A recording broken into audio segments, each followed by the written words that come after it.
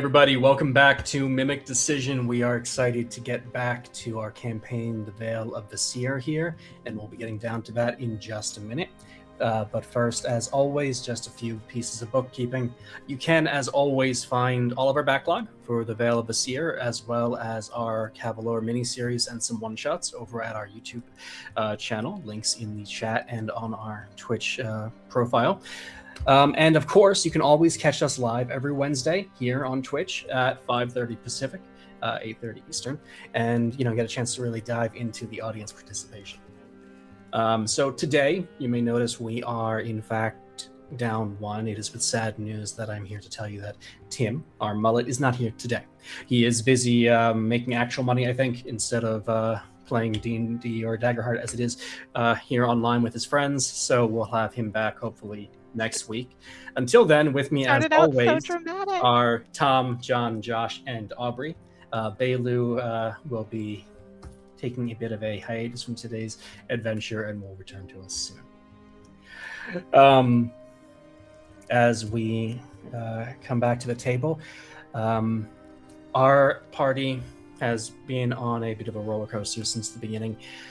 Chased out of Gaiatel on false charges, freed by a mysterious friend, perhaps, and chased further down away from Gaiatel, down the river to a boat crash in the Liminal Valley. Making their way to the town of Lindholm, our party found the safe house that they had been directed to, as well as several contacts with offers of things that they could do if they so wished, but didn't necessarily need to. Left with more questions than answers at this point, our party has tentatively agreed to look into some bandits up north, but for now, they have taken a moment to catch their breath and get their first long rest since they've left Gaiatel. Our men, Tambid, Tormin, and Bailu, have bedded down in their room at the inn at the Axe and Stave. Our ladies Azalea and Morella have moved off back to the safe house to spend the night there exploring and keeping an eye on things that way. As dawn rises on a new day here in Vesir, we are met with an industrious scene in the men's room, bedroom, as Bailu is already up and about, gathering the things that he had packed the night before, having been asked late last night by the innkeeper Garu to deliver a package to a nearby town by the name of Firth, a town that Bailu is familiar with and has made regular rounds to in his years in the area around Gaiatel. Bailu agreed readily, wanting to check in on something in Firth anyway. And as we start our adventure today, Bailu is quiet as a mouse, packing up his things, gathering what little there is left that he wasn't able to pack last night, slinging his bag onto his back, and with a look back at Tormin and Tambid, still sleeping or maybe rousing with the dawn, he leaves the room, closes the door quietly, and goes on his journey. Let us instead focus on the two who remain with us today, Tormin and Tambid.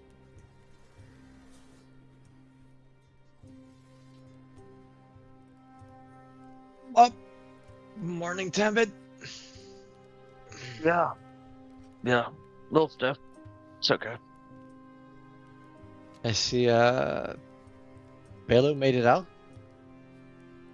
Quiet. Yeah. Wouldn't have, He's a sneaky one. wouldn't have expected that. Or something new, I guess. Yeah, we were tired too. It was a long day. Yes.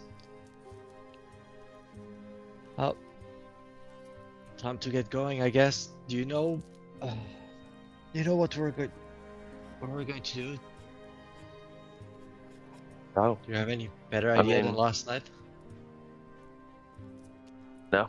Really, I just left. I mean, we haven't talked to Zim yet, right? Maybe this thing might be more local. Okay. Sure. Well, let's just, I mean, you know, see what the other two want to do also, before we take any decision, let's just grab some breakfast. Yeah. 100%. Let's see how they prepare I mean- food here. We can just do that downstairs, right? Yeah. Imagine so. All right. Oh, you wanna? I guess I'll go try to wake the other two. Just If knock they're on up? their door. All right, so I go knock on the other door that Tormund rented. There is, of course, no response, as our remaining party members have absconded in the night and spent the night in the safe house instead. And let's take a moment to move over to the safe house as well, where Morella and Azalea had a cozy night.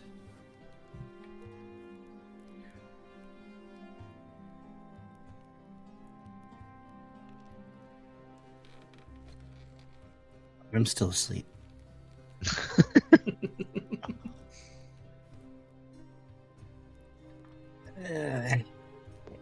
Morella? Is it morning? It's so dark in here. Yeah, like a cave within a cave. I think it's morning. I got maybe an hour or two. Yeah, that sounds about right. Ugh, it's damp and chilly in here.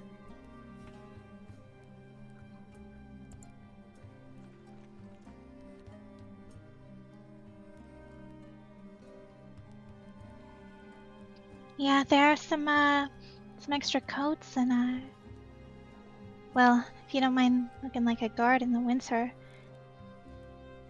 there are some extra coats. She's like puts her finger out, boop, and starts a little campfire in the cave. Ah, that's better. Oh, right. Then here, I'll take this ugly coat off. Have anything for breakfast, or should we forage? Looking around here, would I have found anything last night, food-wise? Yeah, so there's plenty of food here. Not particularly good food. It's not bad food. It's just travel food. So dried meats, and the sort, fruits, vegetables, that kind of thing. Nothing fresh. Not vegetables. God, dried fruits.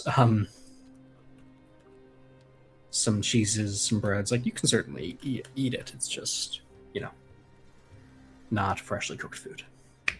Okay. I don't find like bowls and bowls of like dried mushroom. There is an entire, if you know how to open it, there is an entire like humidor full of freshly humidified mushrooms for the users of the safe house, of course. Well, I will hold out a string cheese that I'm sure is present for Azalea.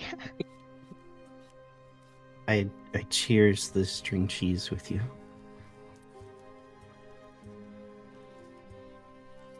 We've got to get better rations. Not that string cheese isn't a delicacy.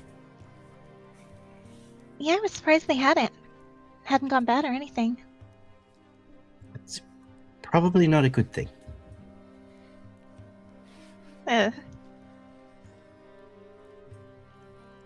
Yeah, maybe we can go grabbing some food later for traveling. My head. I think I drank a little bit too much last night.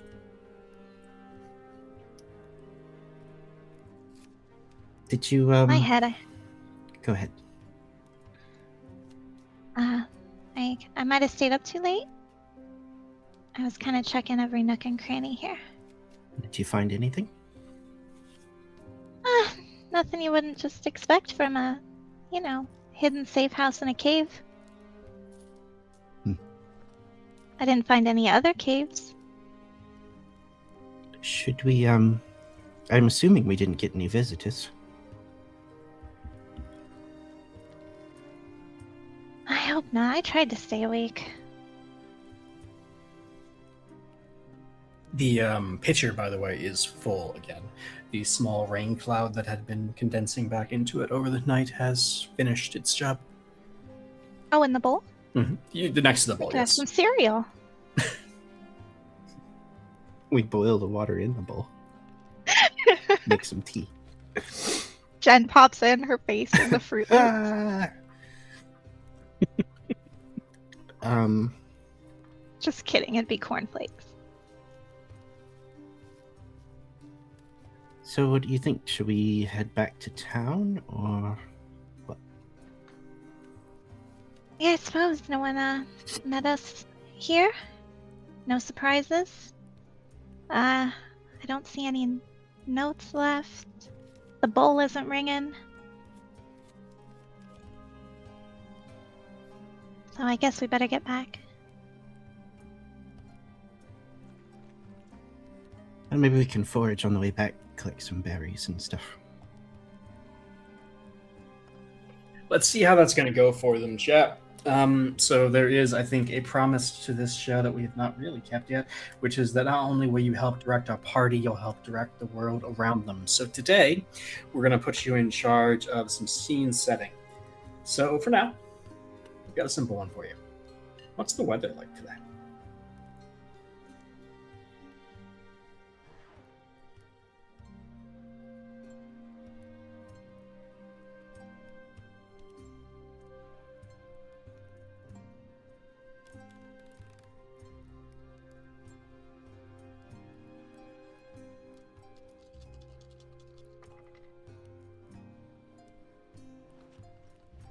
We're saying it's like springtime, right?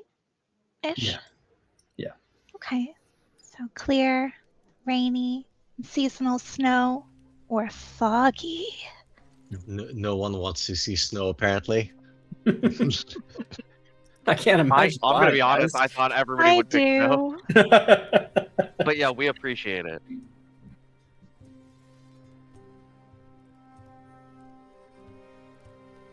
All right.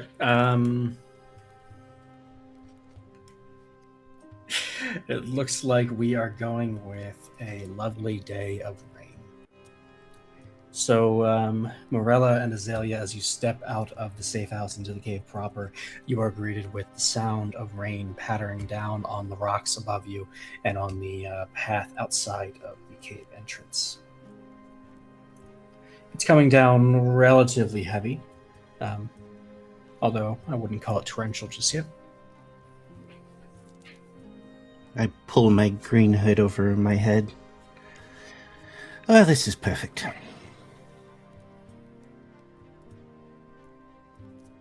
Wish I'd grown my cap out for this. If only I had learned how to control the water around me. Could I have a little umbrella? Oh, someday. Just have to keep practicing. I will pull my coat, not the ugly guard coat I was wearing in the cave, but my coat over my head. What does your coat look like? It is many layers of ruffles. It's pretty light, but there is she wears a lighter leather kind of thing under it.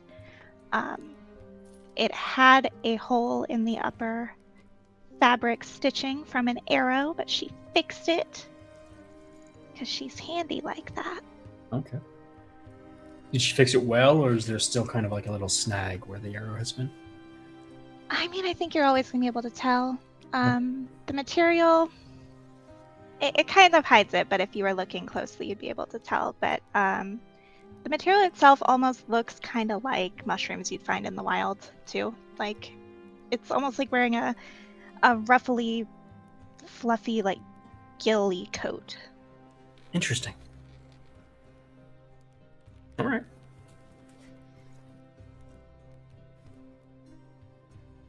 I don't think Azalea's spirits are dampened. She actually likes the rain, but she was cold. That was the only reason. So she just keeps a little spring in her step as we walk back. Yeah, the rain is a little chilly, so there's a bit of unpleasantness to it, but it's certainly calming and does a lot to cover, your path in case you're concerned about anybody seeing you come from this direction in the early morning. But you do eventually find yourself, I say eventually, about 5 minutes later, that's how long it takes, find yourself back at the edge of / center of Lindholm. Goods, the Axe and Stave, and a few other places are currently open for business and doing a business. It's early morning here in Lindholm, and people are out and about doing various activities. You see Zeem out of the corner of your eye. He seems to be carrying a small deer over his shoulder. Maybe he's been out hunting or something. Other people you can see carrying some game as well, or some produce. One person is pulling a sled full of firewood into town to do business. And you can just see generally, this is a town that gets up early.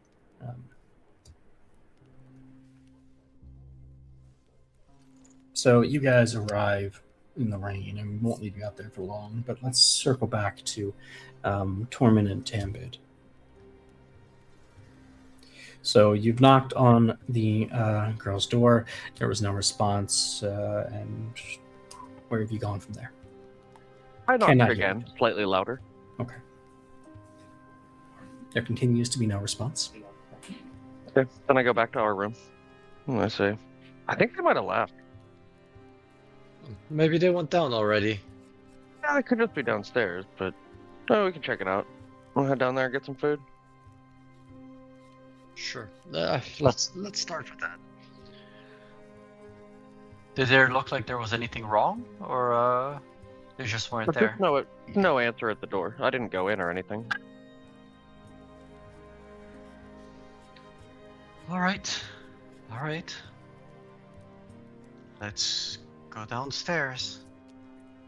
Yeah, Coming they don't come down. downstairs. We can check. Coming downstairs, the smell of eggs and meats and potatoes cooking hits your nose. It's simple fare, salt and pepper, but there's plenty of it, and it is available and cheap if you want. As you come down, you see the windows of the inn are being splattered with relatively heavy rain, kind of creating a coating down the windows that block a lot of your vision outside. The tavern itself is relatively empty. There are a couple other people in who are already sitting down eating.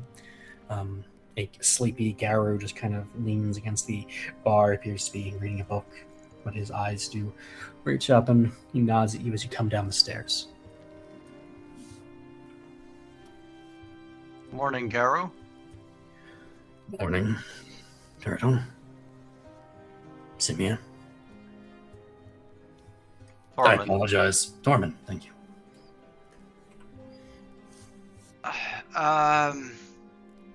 This is Tambid. Yes, of course, Tambid. No. Your friend Bailey said to pass along his regrets that he did not catch you this morning. He left early. Were you up at that time? I'm up most of the time. When do you sleep? Anyway, have you seen... we knew Bela was going to be gone, but we seem to be missing Azalea and Morella. Have you seen them by any chance? Oh. Well. No. Sorry. If they came through last night, I wouldn't have seen them. If they didn't come through this morning.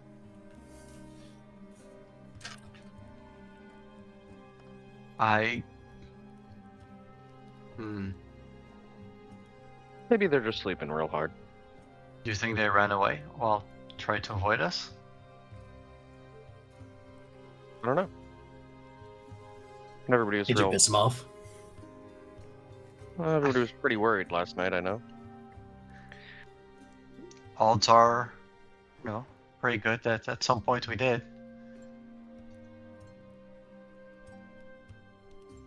But I don't think this time. Oh, I got nothing for you, Yeah. but do you want breakfast? Yeah. I look outside, kind of lean out, look at out the window. It looks comfortable outside, but I think I'd rather eat first. As you peer out the window like that, I think you do see Morella and Azalea are not a what's the word I'm looking for here? Subtle pair. They do stand out somewhat, even in their cloaks and coats in the rain. And you do see blurrily through the rain their forms standing across kind of the square here in Lindholm.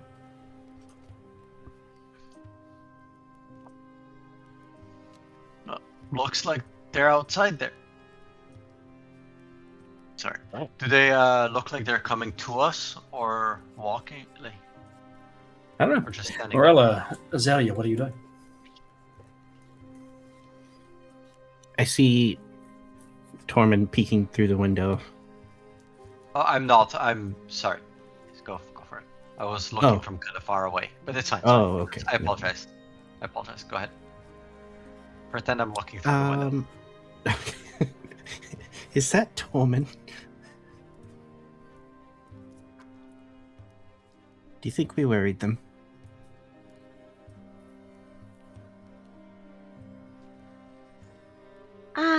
Worried them? Nah. Oh, we should pretend that we've been out on patrol, double checking the cave to make sure no one left any messages. We got up so early, and we've just been really on our grind. Make them feel bad Oh, for yeah. sleeping in. That's not what I did at all. That's Yeah, let's make them feel bad. okay. Do you want to go there, or you want to go somewhere else? I could use some food.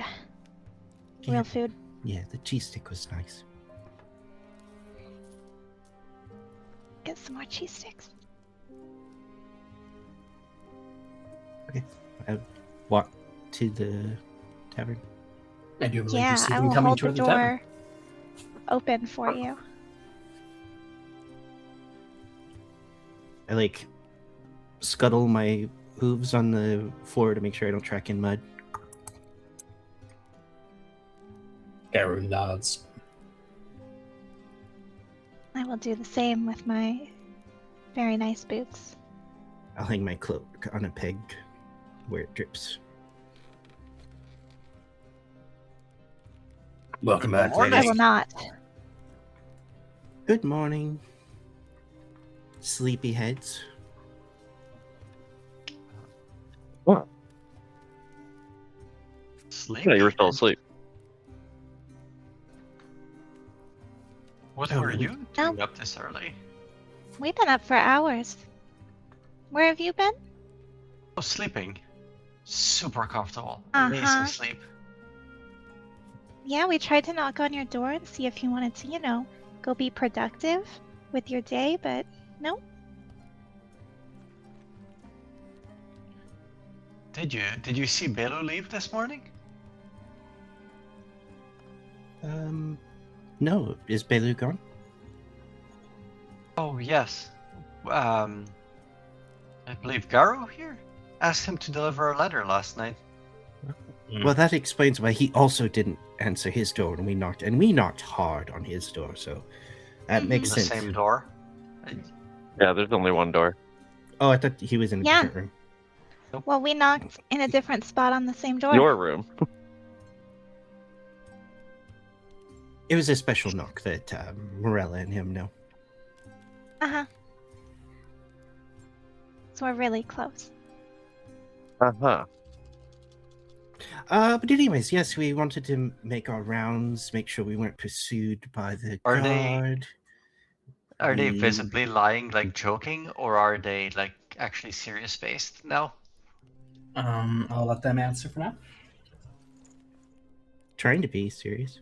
Then let us have a roll off. Um, I was just going to kind of believe it in general, but okay. okay, that's fine. That is your I roll. am very not inclined to believe it. Sam is very skeptical. Okay.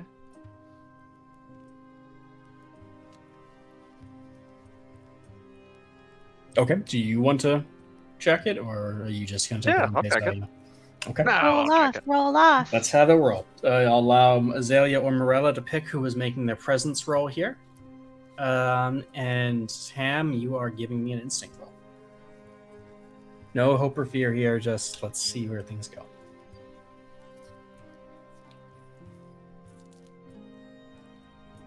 $13.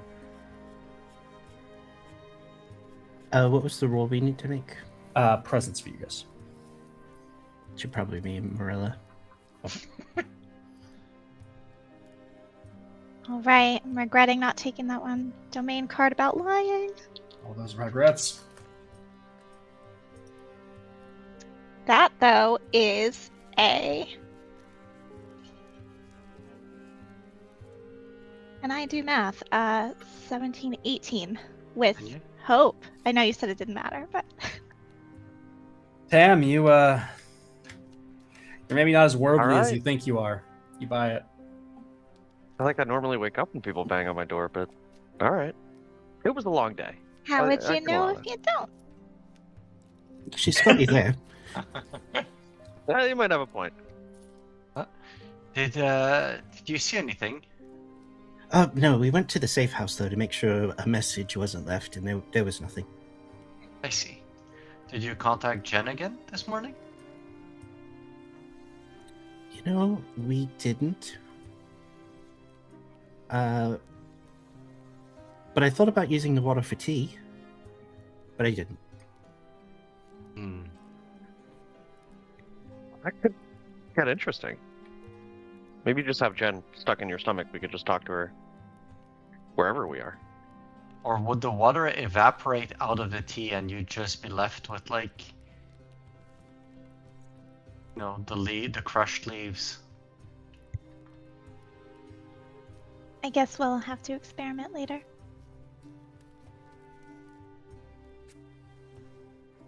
Some deep philosophical, magical studies. Face is like, Actually, Right. what happens if we drink this? I thought I was prepared for everything, guys. Perhaps if we drink it, we'll become a duchess. Well, you'll be able to call yourself a duchess anyway. Heart duchess? I mean, we could Apparently, now. apparently, she calls herself a duchess, regardless of title.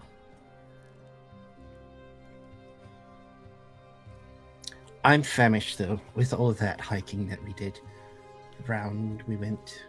Is there food? Yeah, we're just gonna grunts and Yeah. comes walking out with just a couple plates of one's pot pie with just scrambled eggs, one's got some bacon and sausage, and the other's got some toast and potatoes. Just kind of he puts them down on the bar in front of all of you and just have at it. so, Belu went to deliver a message, and there Yes. are bandits on the road? Well, it's not his first time. There's always bandits on the road. There are always bandits on the road. Do you not leave the city much, Morella?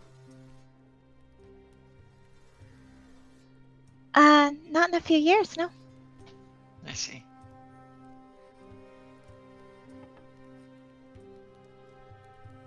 I can honestly say that I have never known there to be no bandits. They usually hide when a well-armored caravan goes by. They like to prey on easier targets in general.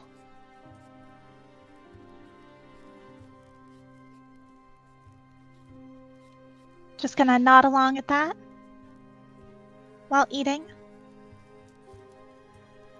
Sam is just shoveling food in his mouth, by the way. What did we get? While for eating food? slowly Correct and me if I'm gracefully. wrong. I didn't really put.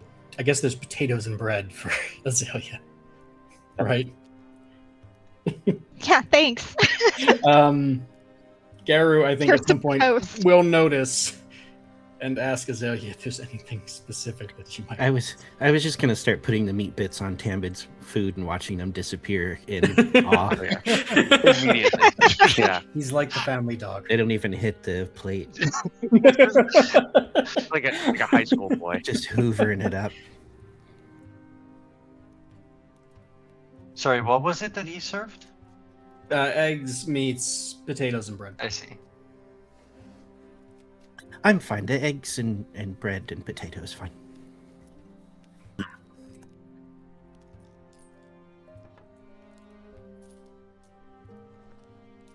Unless you have some hot sauce.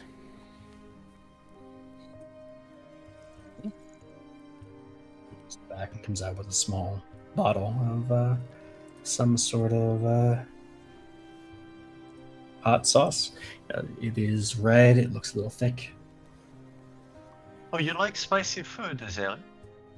Oh yes, very much. And she is putting a ungodly amount onto the food. Garu's face goes kind of like, And I blush and I lighten up and put the cap back on. Thorman like pulls That out was his weird. little like cooking notebook and kind of writes that down.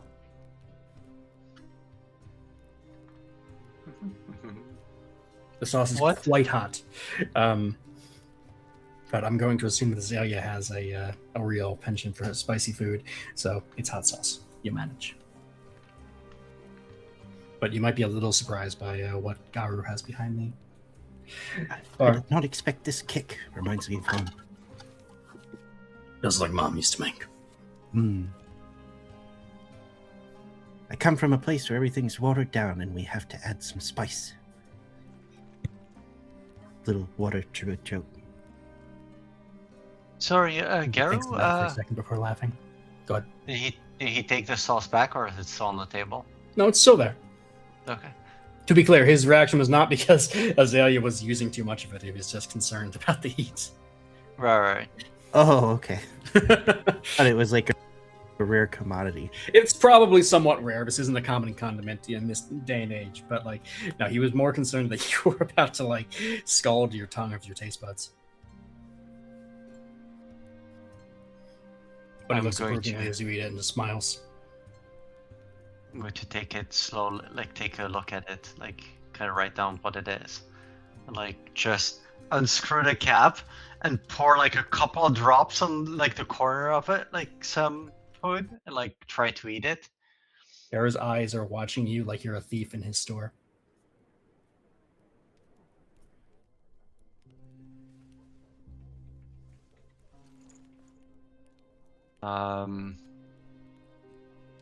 Let me roll to see if he likes spicy food or not.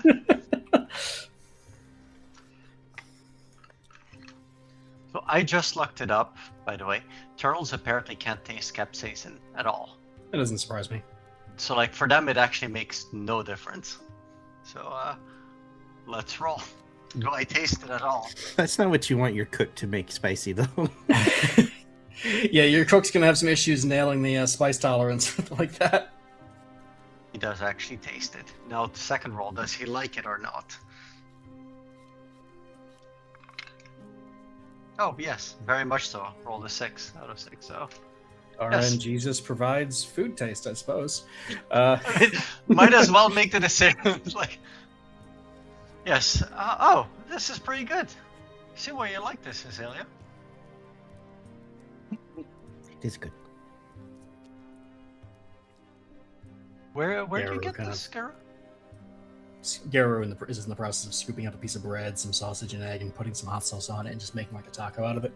And he stops and looks at you and, homemade. Oh. Can I buy a bottle or two? Peppers are from the backland. I could give you a bottle. 5 gold. It's expensive to make. I don't even know how much gold I have right now.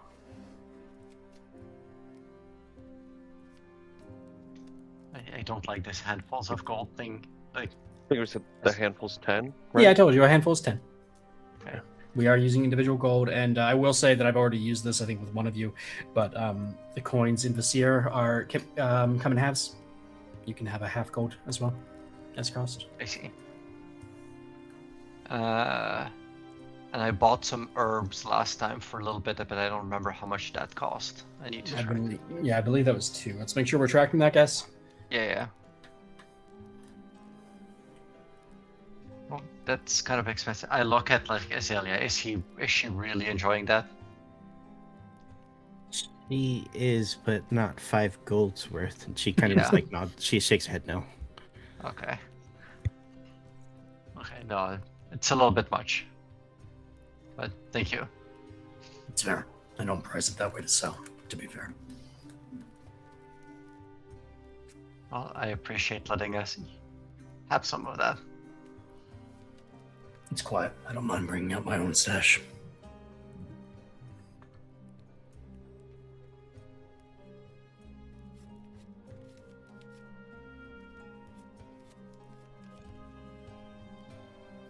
Will you be staying another night? Maybe. Quick.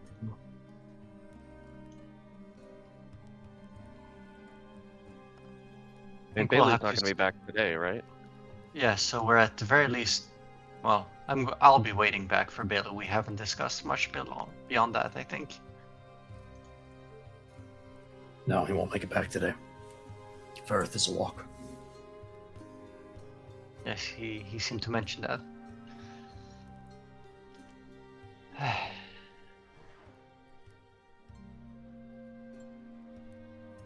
Well, I guess it's I'll keep the rooms held over until tonight at least. appreciated. We don't get that much business.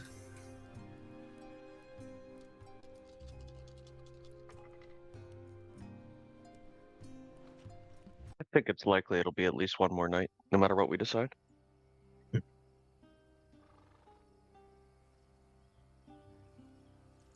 We should probably discuss what we're going to do.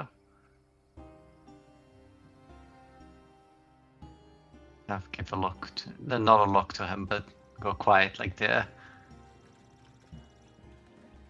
And as you say those words, the inn darkens. There were no torches or lanterns lit already. It was just kind of the gray light of the morning filtering in, keeping a pretty dim inn. But now, as you look out the window, it looks like it's turned black outside. Like almost pitch black, in fact. And a moment later, a tinge of green shines over the rain-covered world outside. What's going on? Matt, does it look similar to what we saw in Gaiatel? It does. Cam shoves 3 more eggs in his mouth and runs out the door. Good boy. I thought that was a one-off. I was hoping it was a one-off.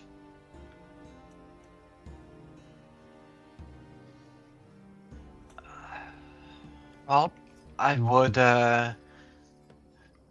grab a weapon or something if it's what it was last time and get ready to defend yourself.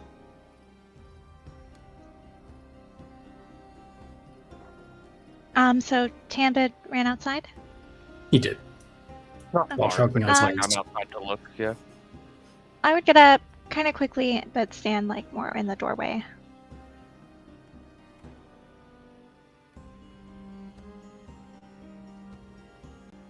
Yeah, as you stand in the doorway, you look outside and you see a familiar sight. The sky is darkened. You can't tell what's covering the sun, but something certainly is. And once again, you can see all the stars that you're used to and all the normal constellations, but they have been tinted green and they glow brighter than they have in the past, shedding green light down on the ground and the area around you.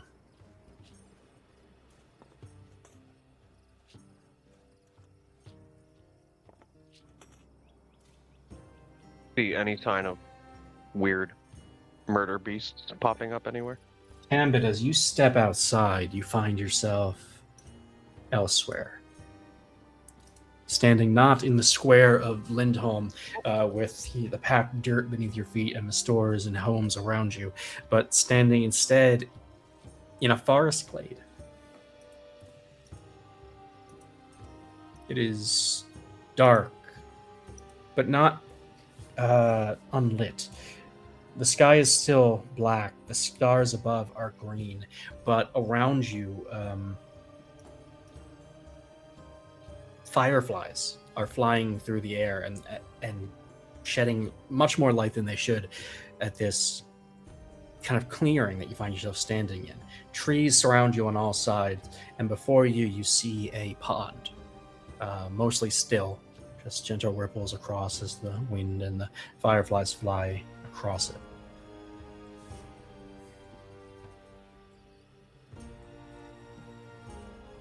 Does anything about the forest give me any idea which forest I'm in generally? You look around, and you find very little that you recognize aside from the constellations above. The trees themselves have almost a blue shade to their trunks. The foliage above is green to blue to purple, in kind of changing in waves in the canopy above you where you can see it. The grass at your feet is coming in different shades of green and blue, creating kind of this wave pattern. That's somewhat trippy to look at from the side of the glade you stand at. Morella, in the doorway, you just see Tam standing out in the square. But the sky is green still? Yes.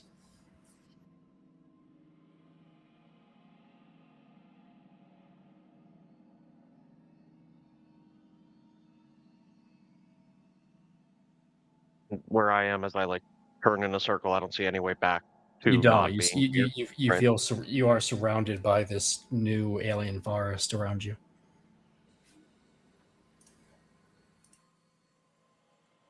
Let me go check out the pond, I guess. Ambit, you seeing anything out there? And I still hear her. You do hear her voice. Then I spin around. I'm like, where did you come with me? It seems to echo from all around you as you hear it.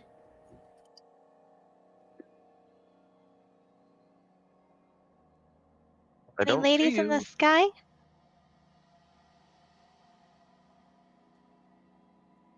No. We just saw the eclipse yet, right? No ladies. But as you approach the pond, No you lady. see there is a lady floating beneath the surface.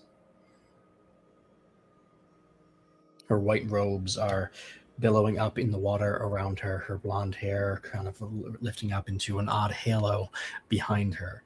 And she looks up at you and she smiles. But she doesn't move. Hello?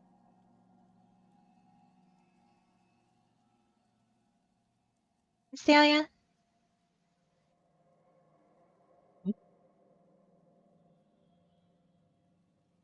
Something weird.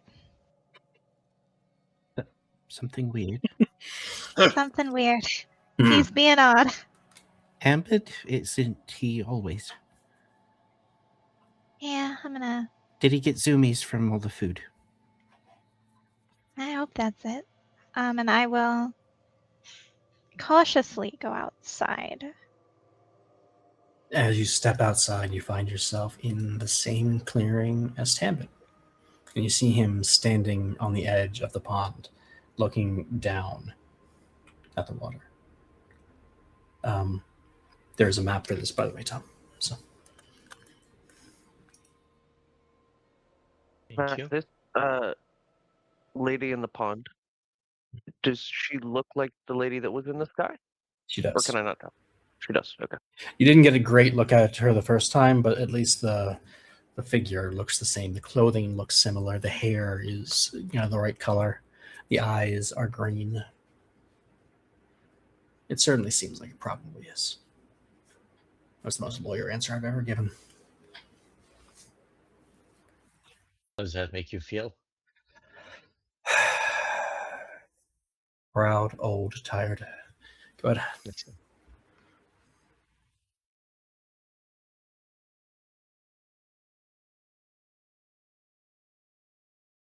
Right. And she had no reaction to me like saying hi and waving. She smiles quietly, but that's all. Same normal smile. What is going on Tambit? there? Where are we? You're here now. I heard you before. I didn't see you. I don't know. I look at Azalea. Do you have any idea what's going on? I just like rub my eyes. Like, no, I don't see anything. I have no idea what's happening. So for us, it just looks like the normal, like from inside, just like the normal. You Courtyard, see right? Tam standing out in the dirt, looking down at the square intently, and Morella some distance behind him, calling out to him, and also looking probably around a bit curiously. Do you have some rope, Azalea? I assume that's in basic equipment. Oh, I'll actually, I say- do. Okay. I'll yeah. say yes, you do. Going to tie it to the entryway. I imagine I see him looking around, kind of like dazed, right? Like not. You said we could see them? Yeah, I wouldn't say dazed, but yeah, you can see them. I am going to tie the rope. Give me a pull when I get to them. Okay. Oh, sorry. And I will kind of walk out and try to reach Morella. You walk out into the forest glade and find yourself standing there with Morella and Tambit. Whoa. This is not what I expected. Yeah. Do I see the I rope know. still behind me?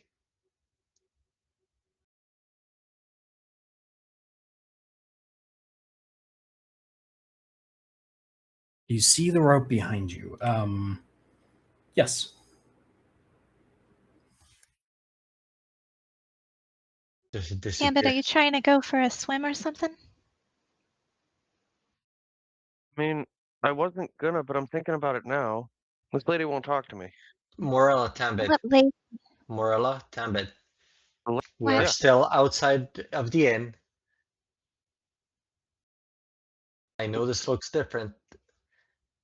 When Azalea and I were in the inn, we could see you standing in the middle of the courtyard, just waving around and shouting.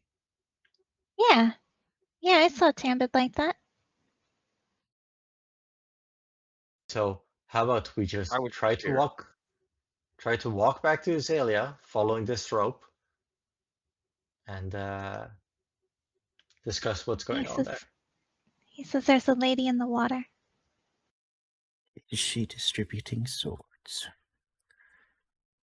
For system for governance.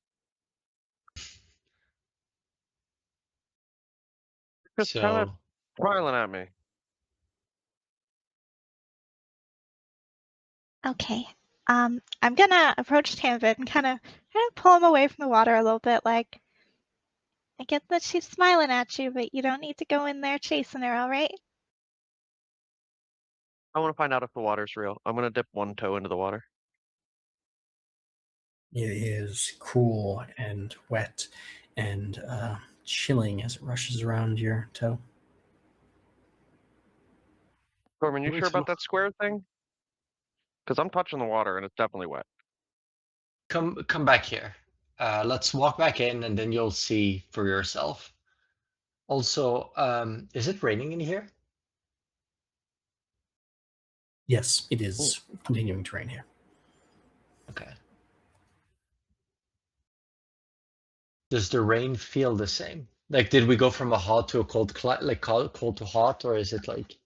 Still feels the same. Okay. How about take 30 seconds, we walk back inside, I show you that, what we're seeing from inside, and then we can discuss what to do.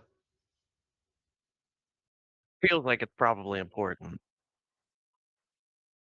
I'm sure it is. All right. That's why we shouldn't rush it. I'll follow the rope back. You I will follow the not get rope in the for pool. 30 seconds. 40. 50. Takes you a full minute to find where the rope leads, which doesn't feel right. And when you do, the rope is tied around the base of a tree.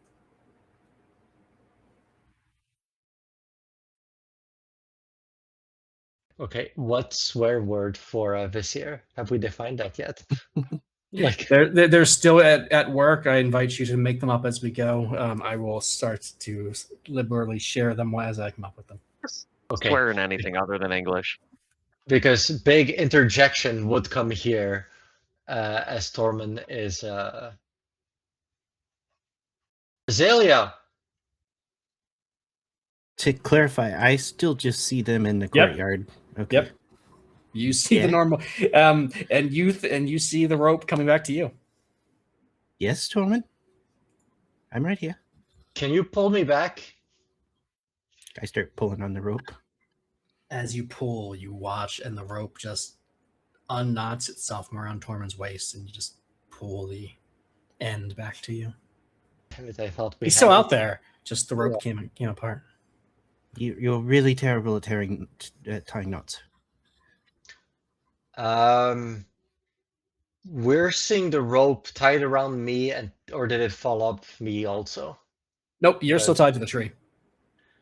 I'm now tied to a tree. Azalea, if you leave the tavern, you're gonna be somewhere else.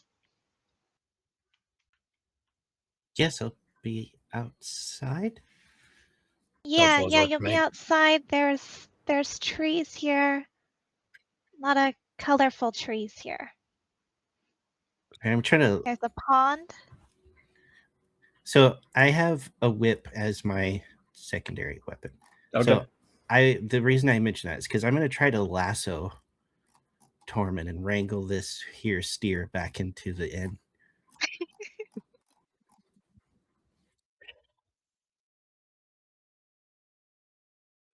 All right. Roll to hit, I suppose. Ooh, 20 with hope. Holy crap. That'll be the best roll I do. The whip snaps out from the doorway where Azalea still resides on the inside of, and as you see, it snaps out and starts and cracks and starts to wrap around the Galapa. Tormund, you feel none of this.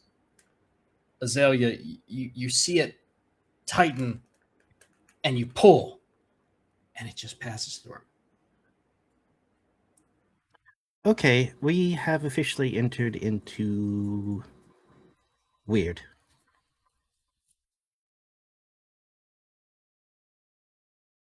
I give up on following the rope and go back to the pond.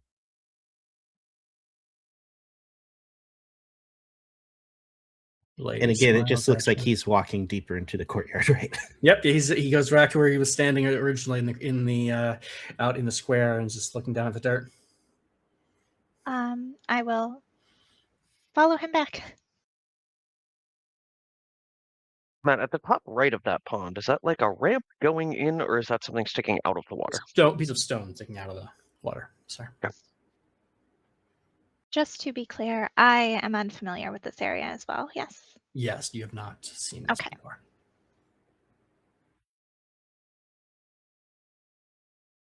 I'm going to start walking around the outside of the pond. And does anything change about the woman in it? I'm keeping an eye on her as I go. No, she looks precisely the same, and I mean the same angle of that you see her from, no matter where you stand around the pond. It seems like she turns to face you. That said, as you make your way around the pond, you get about here, and you hear a growling from the trees.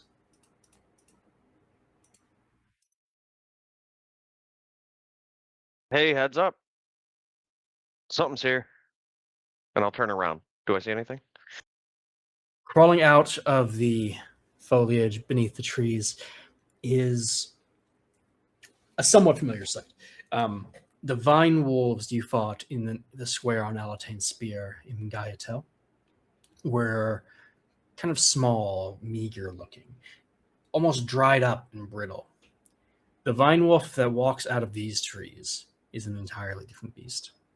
It is fresh and limber and supple, and its vines look healthy. The spines look wickedly sharp, and they seem to drip just the tiniest bit of this green liquid from their edges.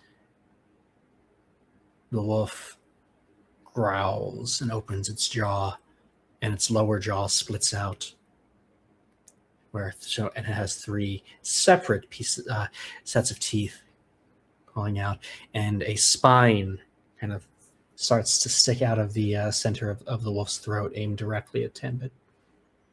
Do I see that also? You do, yeah. Watch out, Tambit. Yeah, I see Very it. obvious. Like very. Oh, fuck. It's not like charging though. It is currently Right. just staring at you, growling. It hasn't broken eye contact since it came out of the trees.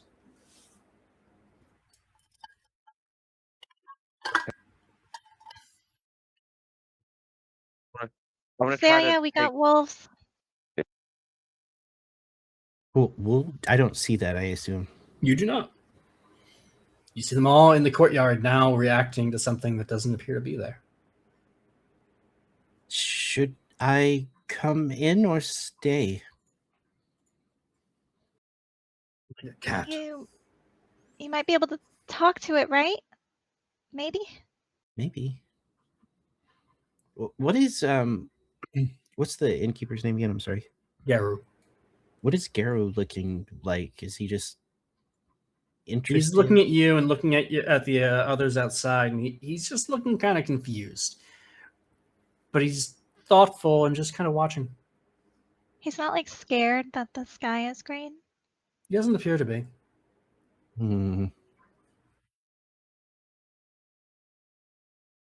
He's Weird. mostly just kind of scratching his chin and going, huh, weird. Then yeah, I guess I'll just run in. I mean, there's no point in being separated. This is fair. And as you come out, you enter behind Tormund. And I will say that you are the first one to notice that in addition to Stu over here, he's got the W team in the corner, also creeping out on the opposite side of the pond. The big bear. The bear, again, made of these thick green spined vines. Just to put that a little bit better into my mind, are they made out of Made vines? of. So they're actually made out of vines. Yes. And so the teeth are actually like Thorns. yeah. Okay.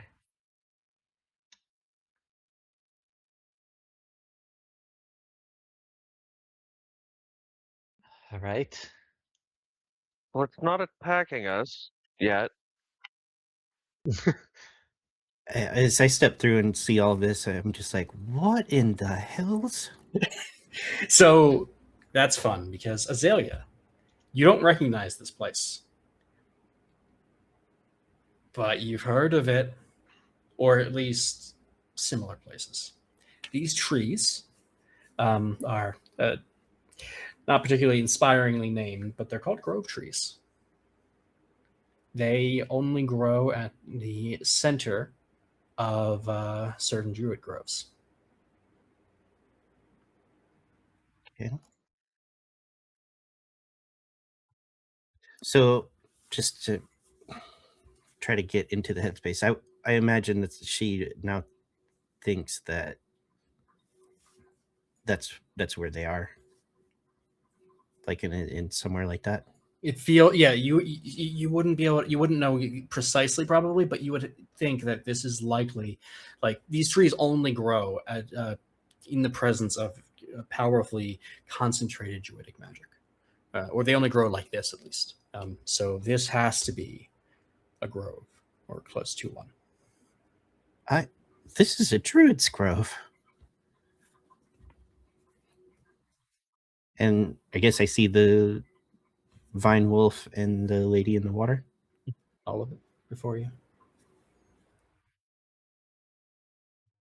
The lady also seems to smile at you no matter what direction you look at her from. So is she above the water or in the No, water? she's in the water. A solid, Okay. like 5 feet or so below. The water itself is just crystal clear.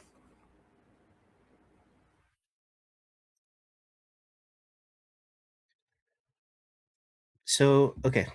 I have an ability called Nature's Tongue, which Oh. allows me to speak to plants and animals that Okay. are around me. Sure. I have to roll an instinct of 12 or better, Okay. and then they can give me information that they know. With a roll of fear, their knowledge might be limited or come at a cost. Okay. It says additionally, if we are in a natural environment when the spell is cast, I can do a +2 to the roll. Okay. Then go ahead and roll with +2. Okay. That's exactly a 12 with hope. With hope. Sure. You slip into that headspace that you've learned to find, the one that when you hear the growls and chitters of the animals around you, just makes sense and allows you to kind of in kind speak to them. I'm trying to like filter, because Azalea is thinking that the person in the water is not the one that's actually trying to communicate. So I'm trying to like filter for anything that sounds as if it is trying to communicate to us. If it's her or not, I don't really. I think you can who to direct to, I guess. Sure. I think as you shift into this mode, into this focus, you do hear the growls coming from Stu over here. And it's not something particularly encouraging. You just hear, kill, hate, kill, rip. Just kind of a litany repeating.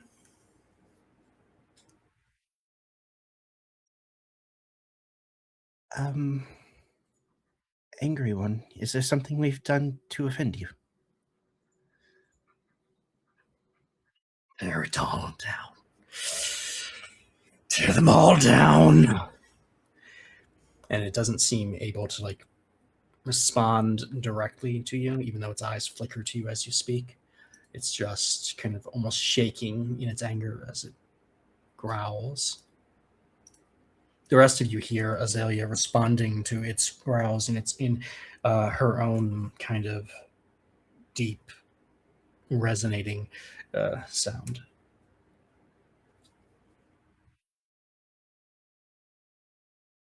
And then at this, I'm saying to the group, this creature is full of hate. It's just repeating over and over to tear it all down. I don't know what he's talking about. I don't think it knows either.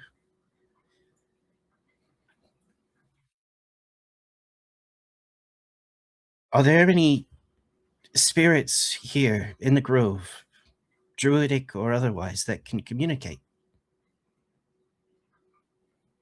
The wind begins to rush past you faster, forming almost a cyclone in this clearing. Leaves and needles and just various debris pick up and kind of spin around, creating almost a wall around the edges of it. And then the wind dies off.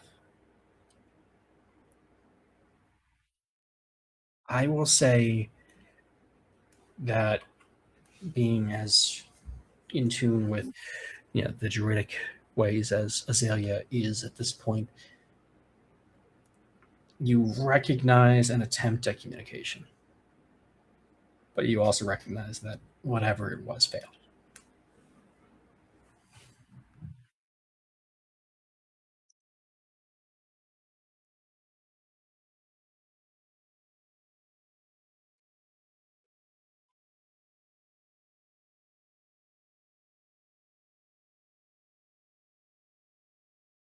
Oh, my mic was off.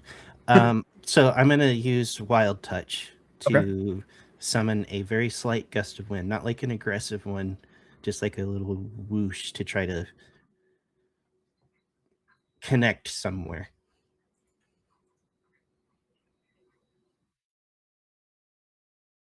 You respond to the wind that have been trying to reach out to you with your own wind. Lesser, but no less intentional, no less controlled. And you feel a response to your magic out here in this glade. It's not a direct one,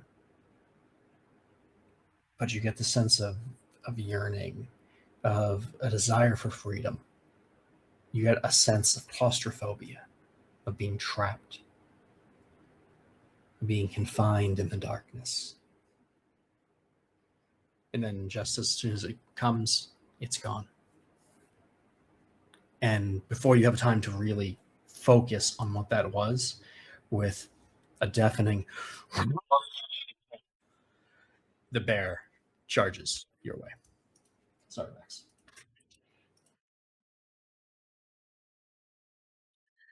Okay. I Um, go ahead. Oh, I was just going to try to evade and drop into my own beast form. Okay. I- You are certainly going to be able to do that because the bear isn't going to be able to get to you this turn. Okay, I'm going As to it run fails to it. its attempt. Okay. Go ahead, Norman. I'm going to fly and kind of get to right next to him. Can you move Actually, yourself? yes. I can just put myself in the way for now.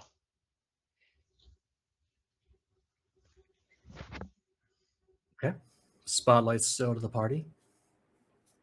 Oh, Torment, are you doing anything? I'm sorry, Did- there was an overtalk I didn't hear. I look at Azalea like I meme like attack. Like they followed my kind of lead on the guards. Like Yeah, I think her answer is she nods as she drops okay. into her black wolf form and growls at the bear charging, like kind of crouched, ready to attack. Then I'm going to melee attack.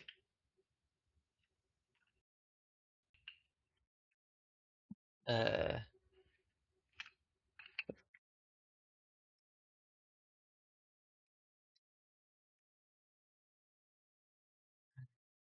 just-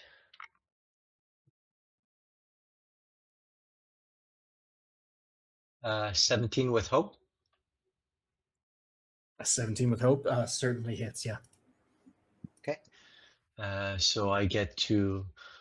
Oh, I get to add a d6 from the forceful push ability. Okay. Sorry, guess I should have said that it's just a melee attack. That, yeah. It is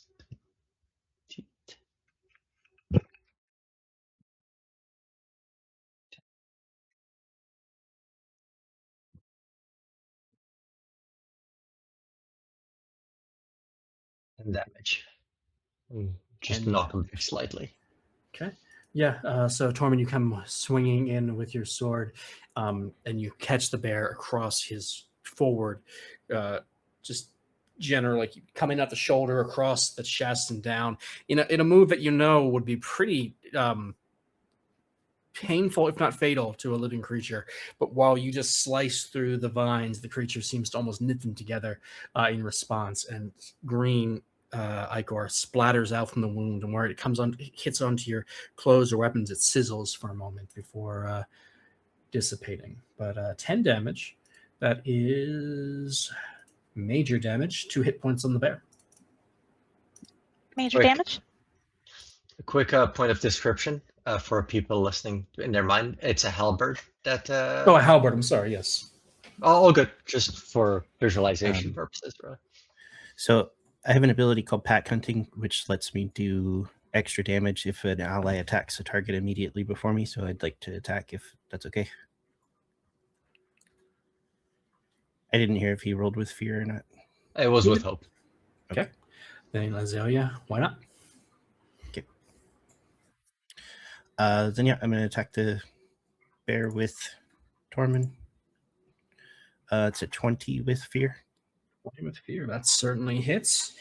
I don't have room for fear. Go ahead. Roll your damage. It's 5 for regular, and then the extra d8. So 9 total damage.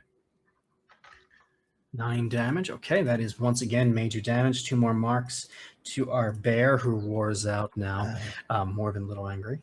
I also want to mark a stress to make Okay. the target temporarily vulnerable from hobbling strike. Okay. The bear has been vulnerabilized.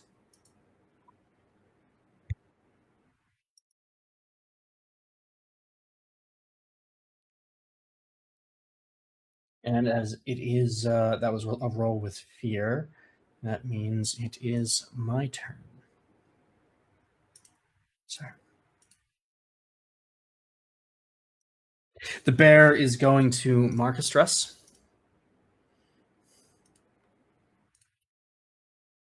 Sorry. And he is going to attempt a bite attack against Torment. Is this area close, by the way? Or sorry, I didn't catch that if he moved closer or not. I would have had to for melee. Yeah. Torment is a 19, so it's a 21 to hit. Yes. Lit. That is, give me a moment.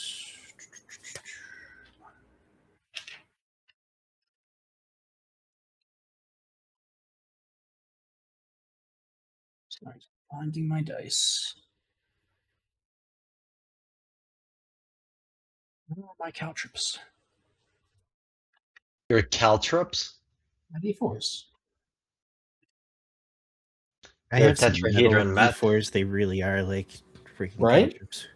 Okay, so that is going to be 18 points of physical damage. And Oh my. Torment, as the bear's fangs sink into your arm, you feel it lock in. You are restrained. I also need you to make a strength reaction roll. 1 second. Yep. I am going to use one of my prayer dice. The Seraph prayer dice. To reduce the damage that I took by 3. So 15. Yep. Which brings it down to major damage instead of severe. And lets me then pop an armor to just take 1 hit point of damage. Very good.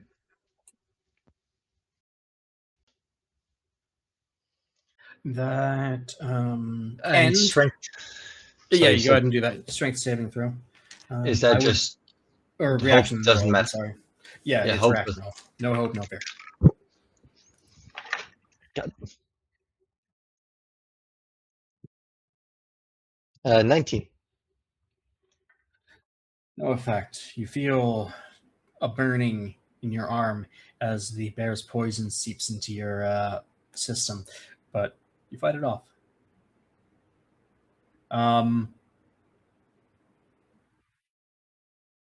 I would gain a fear for the bear's momentum ability, but I don't have room. So spotlight back to the party. Who's up? What's the lady doing? Just floating under the water, smiling at you. I would like to move a little closer to the water and attempt enrapture on the lady. Okay, how's that work? Make a spellcast roll against a target within close range. On success, they are temporarily enraptured. Their attention is fixed on you, narrowing their field of view and drowning out any sound but your voice. Okay. And then I can mark a stress to force them to mark a stress. Okay.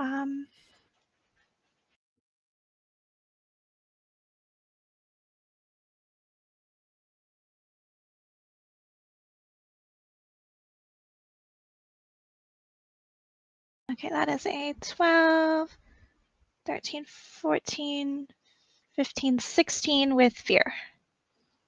That is a failure with fear. Oh wait, no, that's my hope die. That's a failure with hope then. Okay. So you start, weaving together this ability of yours, trying to pull the attention of this submerged woman onto you to be able to kind of control. And you find you just can't quite make the ability work as well as you're used to. Something about her or the area or the slavering vine beast behind you is throwing your game off here. But there is a moment as you do this, as your power kind of sinks into the woman for a moment, that all three of the vine beasts stop, pause, stutter. The next attack against one of them will have advantage. Spotlight on the party. I'm gonna get away from that wolf a little bit. Let me see where I'm gonna move.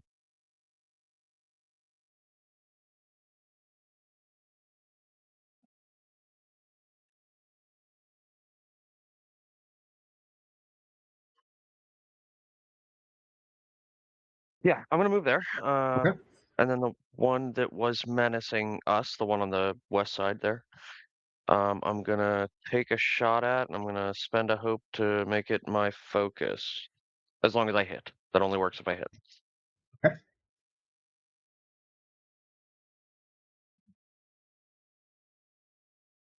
That is an 18 with hope. That hits. Oh, wait. Advantage too. Well, does 18 hit? 18 hits. Okay.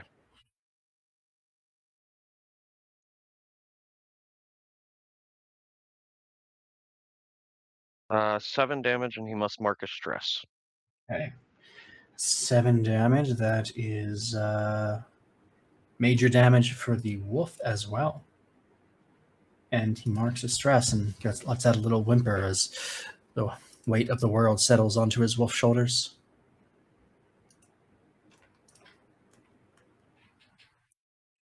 That's it for me. Okay. Spotlight's still on the party.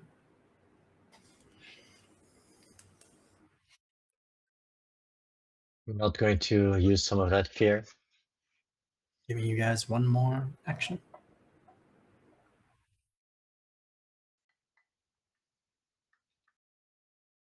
For me, you gotta wipe out that bear, man.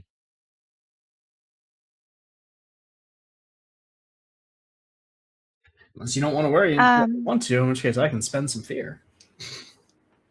Go ahead, one. Oh, okay. No, go ahead.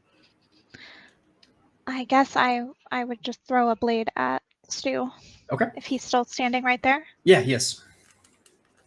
While looking at the lady, being like, "Come on, lady."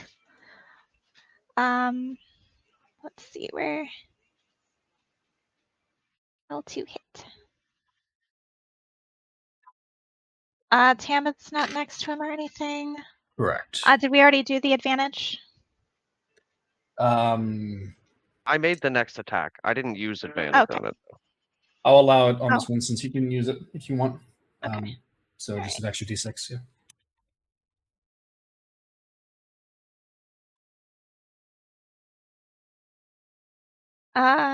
That is a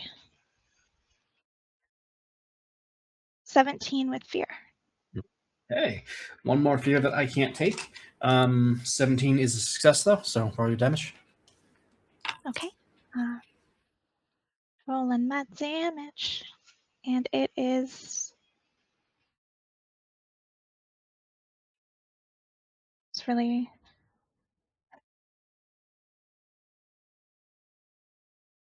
Two. Damage is 2. Stu yelps out in pain again as your knife digs into him. But as that was with fear, he then immediately kind of braces himself, opens his 3-pronged jaw, and his entire body trembles as it launches a dart directly at Morella's chest, or attempts to. That is a 5. I think it goes wide. Yeah. Yeah, that doesn't. Okay. At the end of that, I am going to spend the 3 fear I was already planning on spending to spotlight all 3 of my things. I once again have space for fear. Let's see. Let's try to.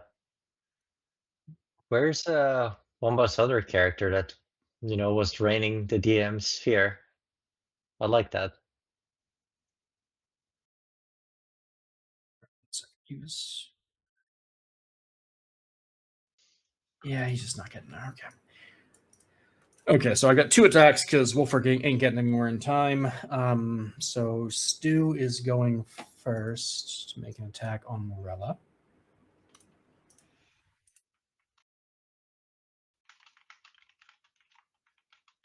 Stu is going to mark a stress and whimper some more as he attempts to hobbling strike Morella.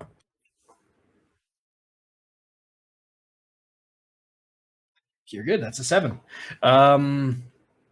Wilson is going to make a swing at Azalea's bear form.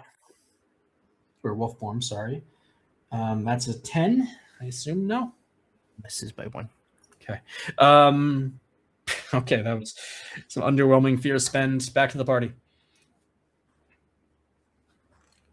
Can you refresh position? Sorry, I had to take a call. Sorry, what do you need? Just There's a map. right. I'm sorry. It's okay. You and Torment are standing by the bear, Wilson, both in melee range. Stu, looking pretty damaged, is menacing Morella in melee range, and Wolfric is charging toward Gambit. Okay, Torment, in your mind, you hear me speak in my telepathic. Attack him and I'll cut his legs. Okay. My ability only works if you attack first, essentially. I see. Got it. Oh, good. I will do a forceful push attack again. I don't know how that's going to work, but and then I am going to, yeah. Okay.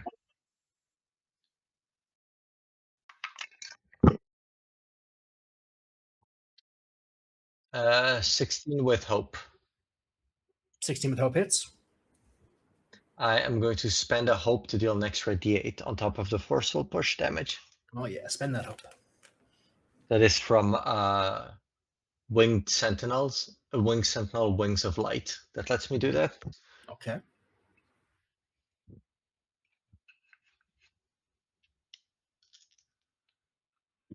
Excuse me.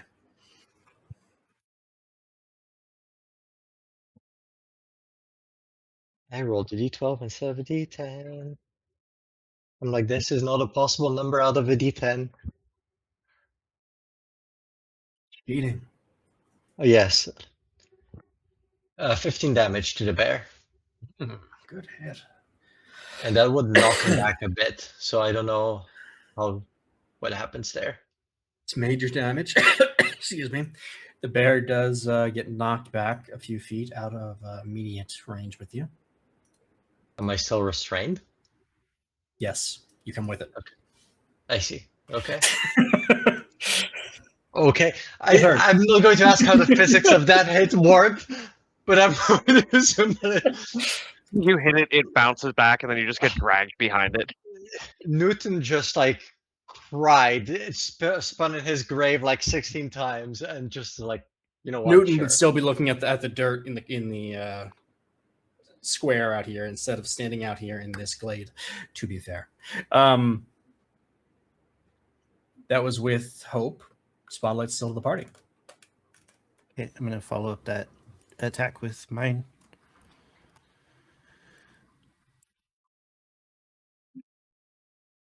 So it says I have advantage on attack when I'm in this form. That just means I always have advantage, I assume? If it says it, sure. Okay. It's only a d6. It's not as powerful as the other one. That's true.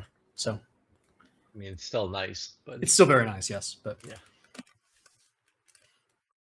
It is a 22 with fear. 22 with fear certainly hits. I'll take the fear, though. Ooh, first roll is a 10, and then I add my other d8 for the pack hunt. 14 total. 14 total. Very nice. Yeah. So Tormund's swing, comes high and knocks the bear off balance, sending him rolling back. And the bear is just, focused on that grip into Tormund's arm as it drags him with him. And he does not see the attack coming from Azalea's wolf form as it dashes in underneath the bear and just rips him open from neck down to navel. And while it is a creature of vines, that is still enough to fatally wound it. It roars out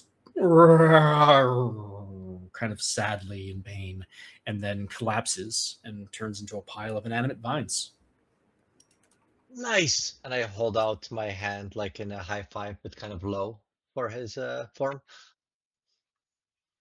Yeah, I'll give you a paw. As they celebrate over on that side, that was roll with fear, and I'm going to spend an additional fear to spotlight both of my wolves. Wolfwork is going to make an attack at Tambit. Tambit, that is an 11 to hit. No. Okay, you're good. Morella, this is a 9 to hit. Does not hit. Cannot roll over a 10 for a bit now. Yeah, No, okay. you did. Spotlight back to the party. I'm dodging out of the way of that as I activate Rogue's Dodge. So I'm going to spend 3 hope to have +2 evasion. Ooh, okay. And if my hope tracker would click. Gosh, and the lady's she's still just Chilling there. Don't like that. Okay, explain this pillory thing. Is it like I can go around to it? Yeah, it's just a rock sticking out of the water. Its base is Okay, cool. in the ground at the bottom of the pond. Well, I'm gonna go in the water because Okay. there's a wolf in front of me, and I don't like melee. I'm gonna go to the water and try to get to the other side of the rock. Sure. So interestingly enough, as you step into the water, you feel your feet sink down up until about halfway through your calves, and then your feet hit something solid. You find you're able to stroll across the top of the pond with just about, what is that, like 8 inches of water around your legs? Well, that also means I can't hide in the water and be hidden and cloaked. Gosh darn it. You could splash around in the 8 inches of water, I guess, if you want to really make a show of it. Yeah, wolf, you can't find me. 8 inches of water. Okay, and then I'm gonna kind of taking a cover behind this rock, I guess. The wolf knows I'm here, but I will just attempt to enrapture the lady again. Okay. Just desperately, because of before it seemed like there was that second. So that is a spell cast roll. Okay. That is a, let's see, 24 with fear. That is a success with fear. She is enraptured for the moment. And she drowns me in 8 inches of water because it's fear. No, I think you simply take a mark of stress on this one. I do? Yeah. Oh, yeah. It says once per estimate of success, you can mark a stress to force the enraptured target to mark a stress as well. Right. This is an additional stress for the fear. Okay. Rather than use it to spotlight an enemy, I'm just applying this. Okay. Well, I'm going to do that. And if she can take a stress, I want her to. She cannot. She does take a stress. Okay, so I'll take 2 stress then for that. Yeah. Mm-hmm. And you see I would her agree, eyes this is stressful. narrow, and she stops smiling. And her eyes flare not the like emerald green of the actual color of her eyes, but like this bright neon green for a second, and then it disappears. You can make him stop, right? Make him stop. Now she kind of narrows, her brow furrows. She almost snarls at you from under the ground, almost animalistic herself, under the water, almost animalistic herself. Well, I'm gonna finish off my movement and move even further back, because like that's my turn. Spotlight's still to the party. In that case, I'm actually gonna shoot at Stu again, and then I'm gonna I hope I hit him, and then I'm moving back north. Assuming that I do, but I'm gonna see if I hit. Okay. I have a question. I don't know the answer to it that I just realized. Does Daggerheart have threatened? No. What do you mean? Because I think there is something called threatened. Because Well, he is I'm next to a guy. in melee range with an enemy and trying to make a range attack. Yeah, that's not what I was thinking of. Okay. John sounded way too happy about that no, so I imagine he's looked it He's up. like, I've looked it up. Yeah. Let me check. I'm curious. So we've talked about this, and one shot. We're going to take a moment while I double check this. Yeah, I mean, go ahead. If it does, then I'm going to move first. Yep, that's fine. I just want to. So my assumption is that it doesn't, in fact, have an effect because you can move without penalty for the most part. Right. Okay. Nope. There is no penalty for this. You are good. That's not to say there will never be a penalty for it. You know, things have to make sense, but this time you're good. Entirely fair. It is going to hit. I believe it's fear, but it's 21 with fear. 21 with fear. It's stocking me back up, guys. Thank you. You guys not? That does hit, though. That's 6 damage, and he marks a stress. 6 damage, and he marks a stress, which is fun because. Sorry, just finding my tracker. That is major damage, which takes away the last of his hit points, and the last of his stress. This wolf died a very stressed out, poor little vine wolf. Stu is not a happy boy. Wolfric is still right in front of you, and you did just roll with fear, though. So It's also probably stressful, right? Yes. Do I still get to move before that happens, or no? no. This is an 18 to hit. Yeah, that'll hit. Dice for this. Do you say Wolfric is right in front? Oh, I see. John moved himself. Well, he is. If I was trying to move as part of my action, but that's fine. Yeah, I think the actions end technically when you do something that like The takes fear action. triggers this immediately. Yes. Oh, I see. Yes, the action ends the turn, so in theory you should move before the action. And generally, I wouldn't. I wouldn't be this sticky about it, except that your fear is triggering this attack. So I'm just going to the fear's the thing, really. That is 7 points of damage, piercing or not piercing, physical damage. Sorry. Can't take the D&D out of me.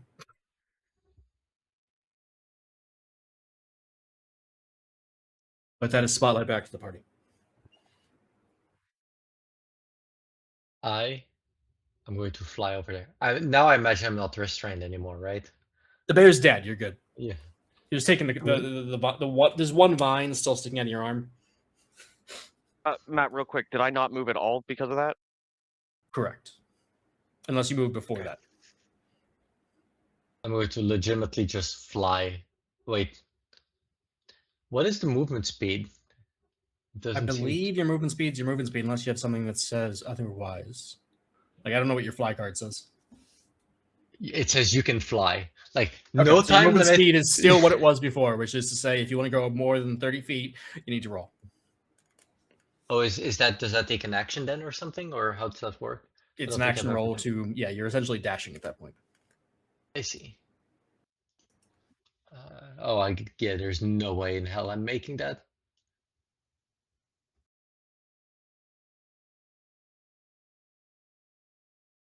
It's 30. mean, I guess if I dash, I could try to make it here, if nothing else. Yes, I'll try to dash. Okay, give me an agility roll. Raw agility. Um, Does that have hope and fear or not? It is hope and fear, yes. This is an action roll,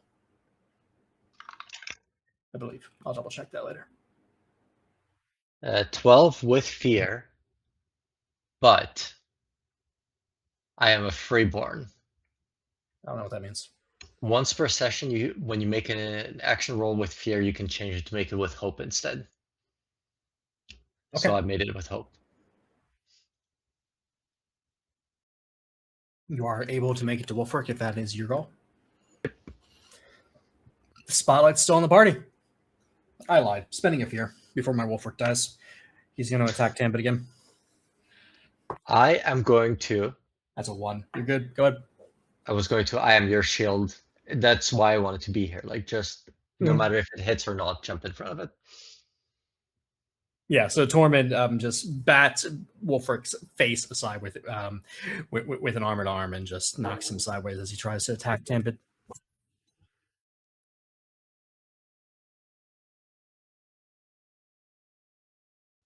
So I didn't get Wolfric attacked? spray mad. No, You didn't did get not. hit, no. You got attacked, but not hit. Oh, Wolfric. And if you did, it would have hit me instead. Well, seeing that, I'll immediately move away from the wolf. Okay. Like I was going to last time. Mhm. And then I'm not going to burn another hope to make him the focus, but I will attack. Okay.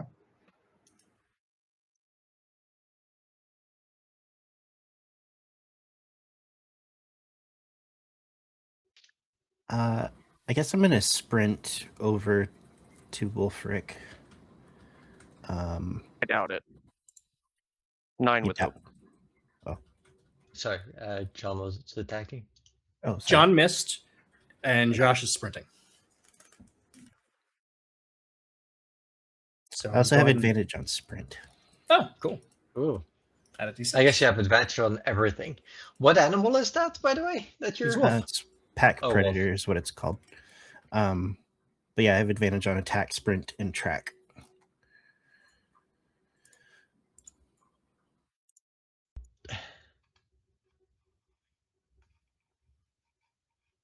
Do that. There we go. Critical success, double 4s. Yeah, you make it all the way over there, and without any interruption, if you want to make your attack as well, go for it. Okay. Has someone just attacked him, or did he miss? Tambit just missed. It says the exact words are against the same target as an ally who acts immediately before you. So not succeeds on an attack before me. Yeah, you're good. That's really cool. That is cool. 15 with fear. 15 with fear. That is a hit with fear. Okay. So the initial damage is 5.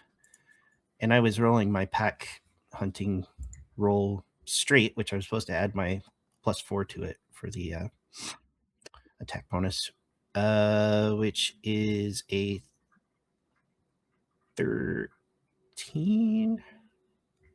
No, that doesn't make sense.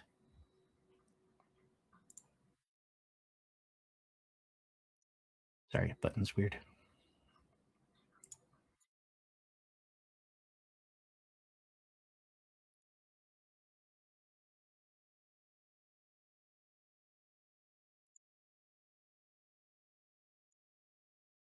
Three. So, crap. What did I say? It was 5 and 3, so 8. 8 damage. Yep. Okay. That How's he is, looking? Major damage, but unless somebody corrects me, that you're the first person to actually hit him. Okay, then I am going to mark a stress and also make him vulnerable temporarily. Okay, cool. So that is advantage on attacks against him, guys.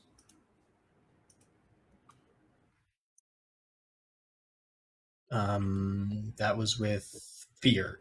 So I do get another Wolfric turn. So Azalea is here. But Tormund, you're getting attacked. That's a 15 to hit.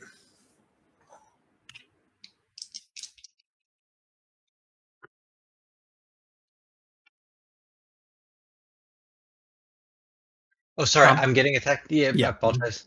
I thought Morella was going to attack. My brain was still stuck on that. 15 to hits. Okay, that is 9 points of physical damage. Spotlight back to the party. Did she end the enrapture? How does she have to like spend a thing to do it? Yeah, it's a temporary condition, so I think it takes a fear to end A it. fear. I'm gonna spend the fear then, and yes, she did end it. Oh, okay. Well then,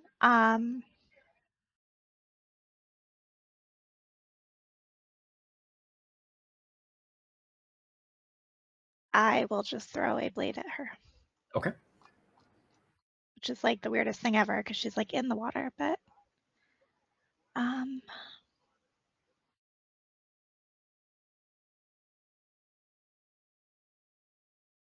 that's a crit. I hit the lady in the water. Okay. Oh, I should have thrown it at the wolf. Roll damage. Okay. Baby damage. It's 5.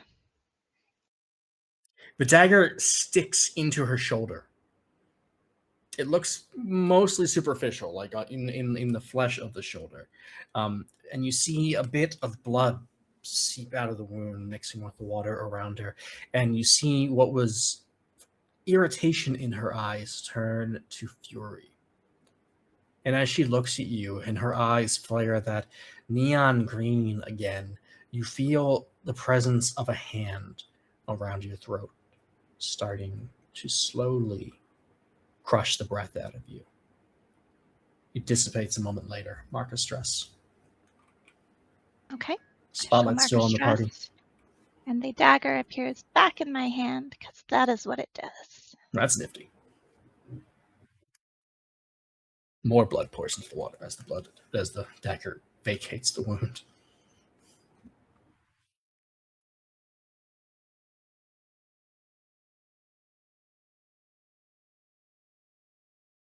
Did you say our spotlight? Yep. I'm going to, unless somebody else wants to go, No, go ahead. I'm just going to smack Wolfric. The halberd comes down. Forceful push, yeah.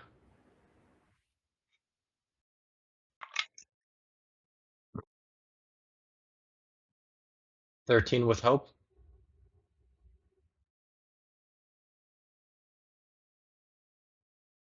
Is that a hit? I don't It think does. so. I had to Oh, check. okay. A 13 with hope is a success with hope.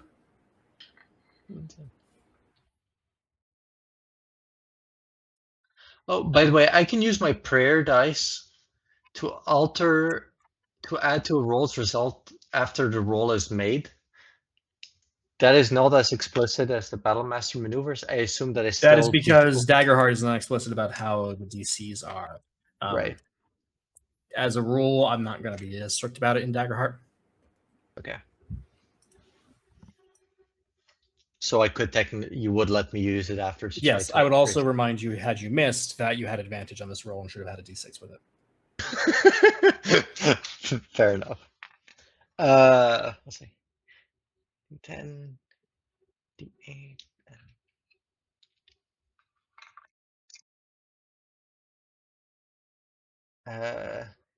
And I'm afterwards, because I hit, I'm going to use the D8 again, the extra damage.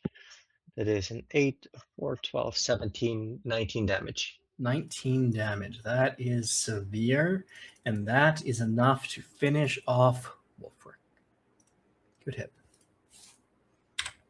And as Wolfric falls to the ground, again, becoming just a pile of inanimate vines, much like the other two had, everything around you dissipates, and you find yourselves once again standing in the square of Lindholm.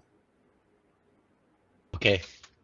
My fear right now, are there any corpses where we kill those animals? There are not.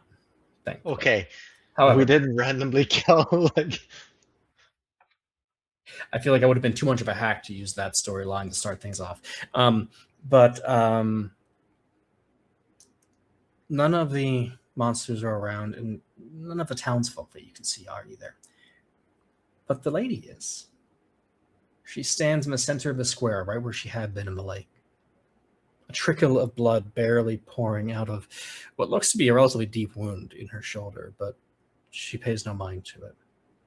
She just smiles again, and this time rises up off the ground. And before long, she is floating in the sky, much like she did the first time you saw her. And she just sits there, waiting for some time.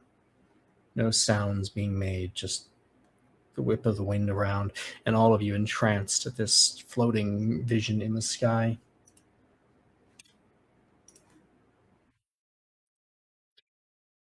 "72. That's how many Vesirans died today. We will keep coming. We will avenge what we lost. Join us or fall before us." And as she finishes her short speech, she fades away. The green light fades, leaving you just in darkness for a long moment. Before, in a moment, the sun comes back, and you are standing again in the gray, overcast, rainy square. Everything back to normal here in Lindholm, so to speak. And right there is where we will take our break for tonight.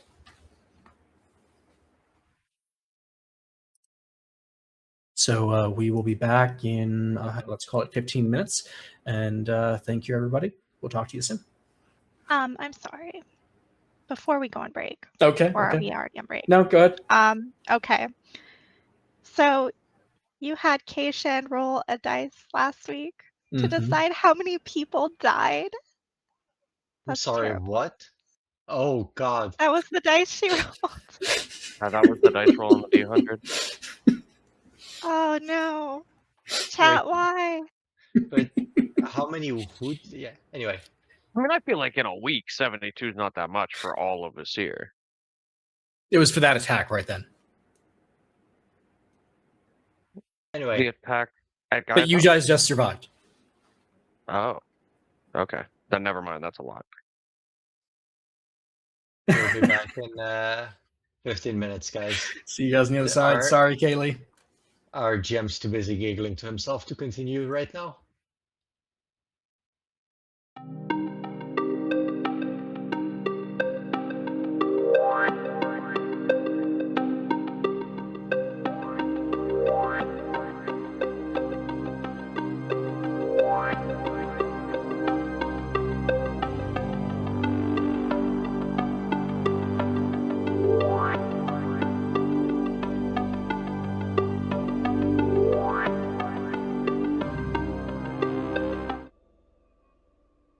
And we are back with Mimic Decision Presents The Veil of Vesir. For those of us who were here on the first half, you saw our party wake up, get teleported into a strange forest glade, and fight some vine creatures while an odd Karia Green presumably watched on from underneath the water. After the fight, she rose up above the land once more and addressed the land of Vesir, claiming that 72 had died in this round of attacks across the lands of Vesir, and that more attacks would come, and that people had two choices: join or fall. Our party now stands back, transported back from the forest glade into the square of Lindholm, between Goods and the axe and stave. The rain continues to pour down around them, making a thick kind of mud of the dirt of the square. Their weapons are all clean. There are no bodies anywhere. Karia Green, the mysterious woman, has disappeared.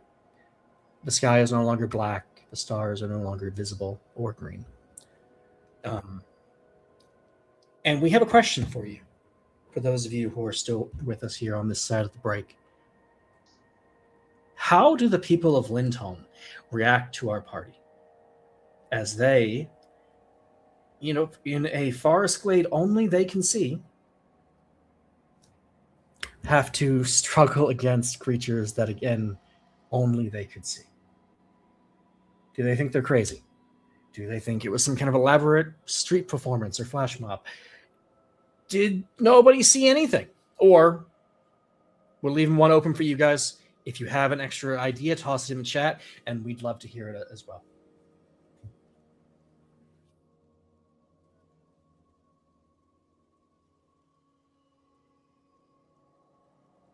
At the table, does anybody have a preference for what you'd like to see come out of this one?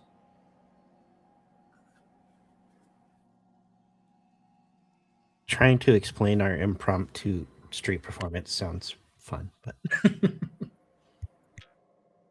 Covered in blood. There is no blood. It's just like, how much did they see? Give it on me? Correct. Did I not get hurt? No, you're hurt. There's just no blood.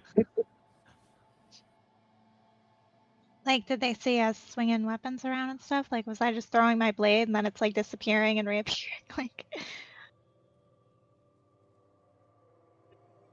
Yes, they just saw Tambid's arrows just going off into random directions as everybody hides behind barrels and things. Wait, did they see that they were hitting things? So it looks like the crowd wants B, street performance. So I will say that in the moments after Kari Green disappears, there is a loud round of applause coming from one of the houses nearby, and an old woman comes out. Yeah, you show them whatever you were showing them. We appreciate the arts in this town.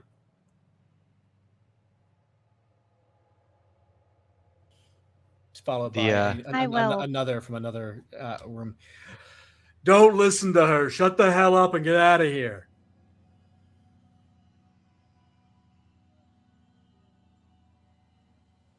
Sorry. Kind of like, oh, go ahead. I was just gonna say I dust off my coat. Is it wet from the water at all? Like the bottom of it? It's wet from the rain. Oh, right. I guess it would be wet already. Whatever. I dust off the bottom of it and bow. yeah, I'm gonna poof out of wolf form into a bow.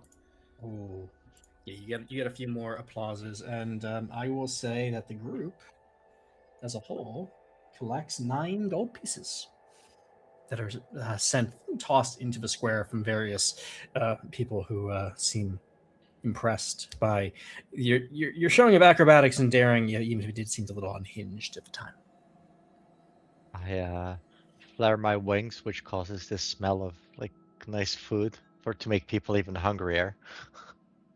And This was just a preview of our performance displaying the great battles of the past. We hope you come to see us again, good people.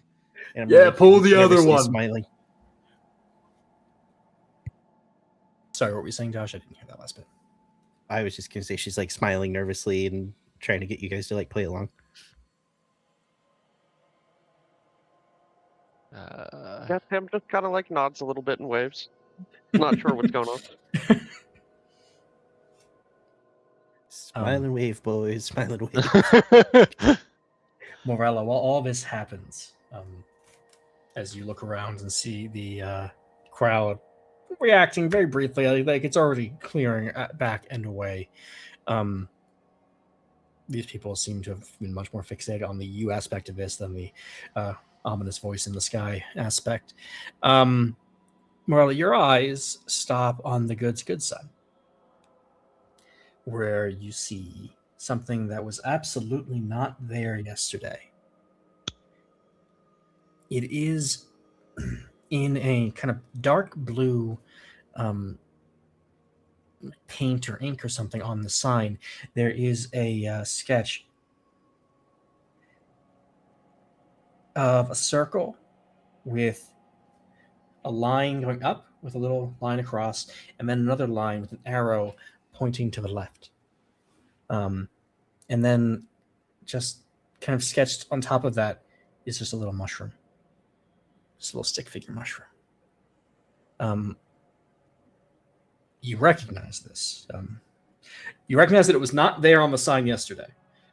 This is Thieves' sign, and this is asking for a meeting. And it seems to be pointing to an alley not far down the street from Goods.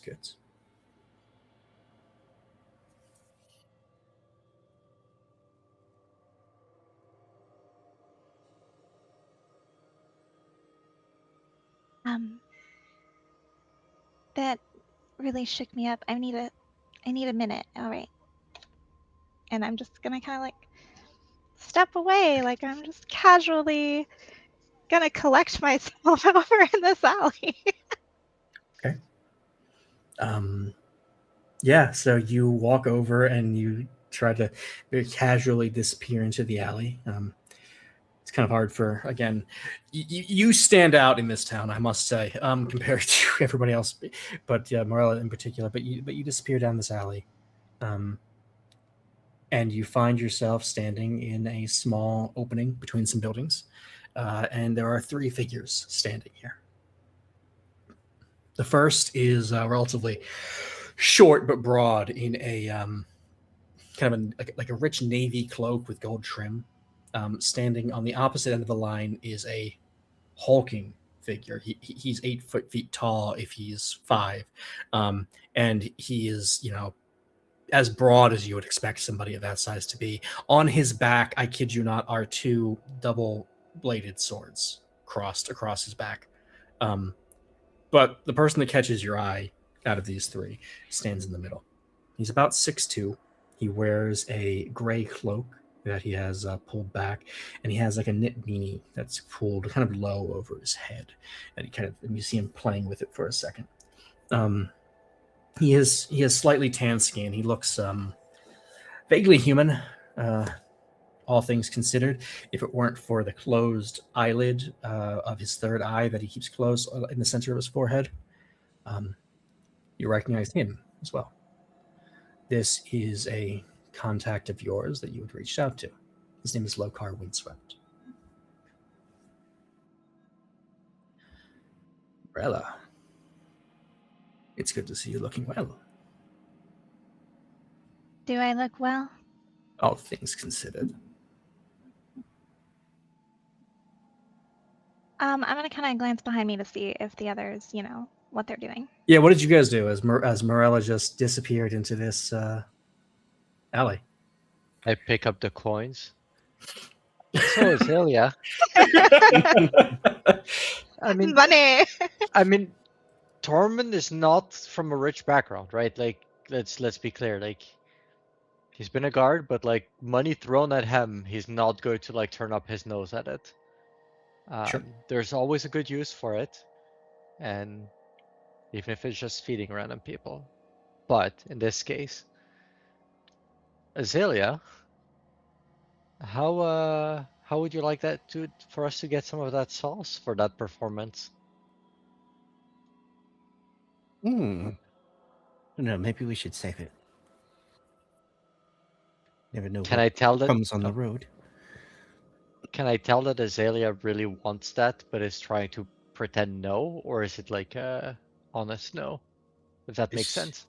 Yeah, she's pretty frugal, so I don't think like it'd be nice, but 5 gold is a lot of gold. She's like, no, we should probably. I was thinking as we travel, perhaps we could collect ingredients to try to make up our own hot sauce. I can do the foraging if you help me pick out ones that would taste good. Sure. Sounds like a good idea, but would the ingredients grow around here? Not those For peppers. You said they spicy? were from the Pack Lands. Yeah. Well, I didn't mean exactly that one. Yeah, right. but Azalea, The you other would know peppers, that right? there are certainly other peppers you can find in other places around Vesir. It's all about keeping your eyes open, but I'm sure we can find things to make maybe even something better. Well, it's worth trying. I don't think I've ever tried to make my own spicy sauce before, but Perhaps we should disperse from the town square so we don't continue to look like lunatics. first time. Uh, with yes, I see. Yeah, I can't say I'm experienced with it either. where did Uh, Morella go? I She think I said saw she her needed kind a of. minute. She kind of walked off, and I don't remember seeing her after that. She Sure, went that way, yeah. but I don't know where to. And I'll point the direction she went. She does that sometimes. I think she likes alleyways.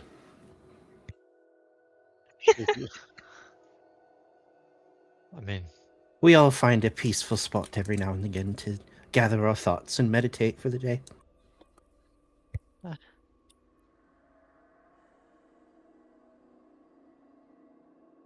that's possible. I mean, I like a good rainy day myself, like sitting in the rain, extremely comfortable.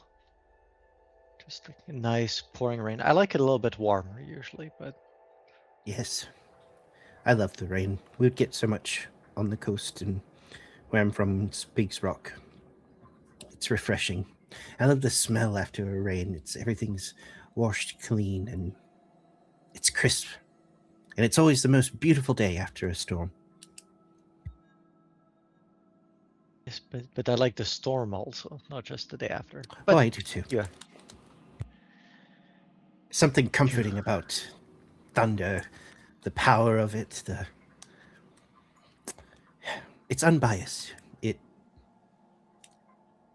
It touches the rich and the poor, and rain spreads to everyone equally, as long as it's not hoarded. But for the most part, it's pure.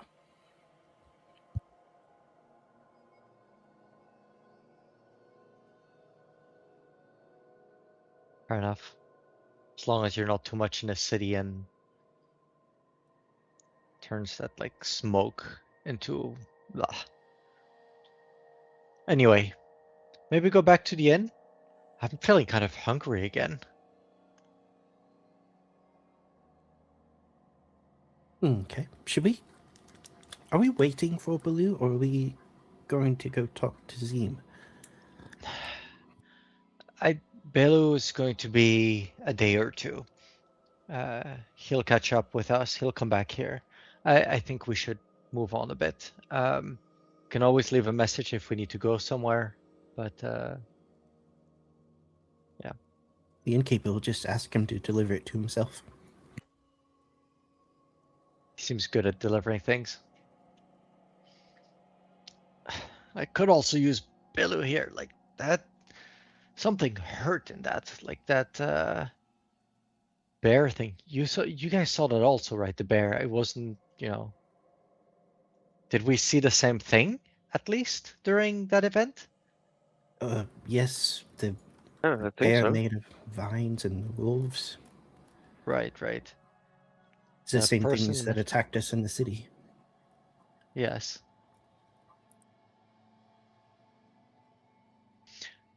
Wait a minute.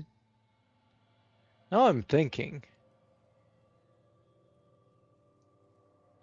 In the city, did anyone ever refer to the attack after the attack? I mean, we spoke of it to the guard captain. Surely he would have told us if we were insane.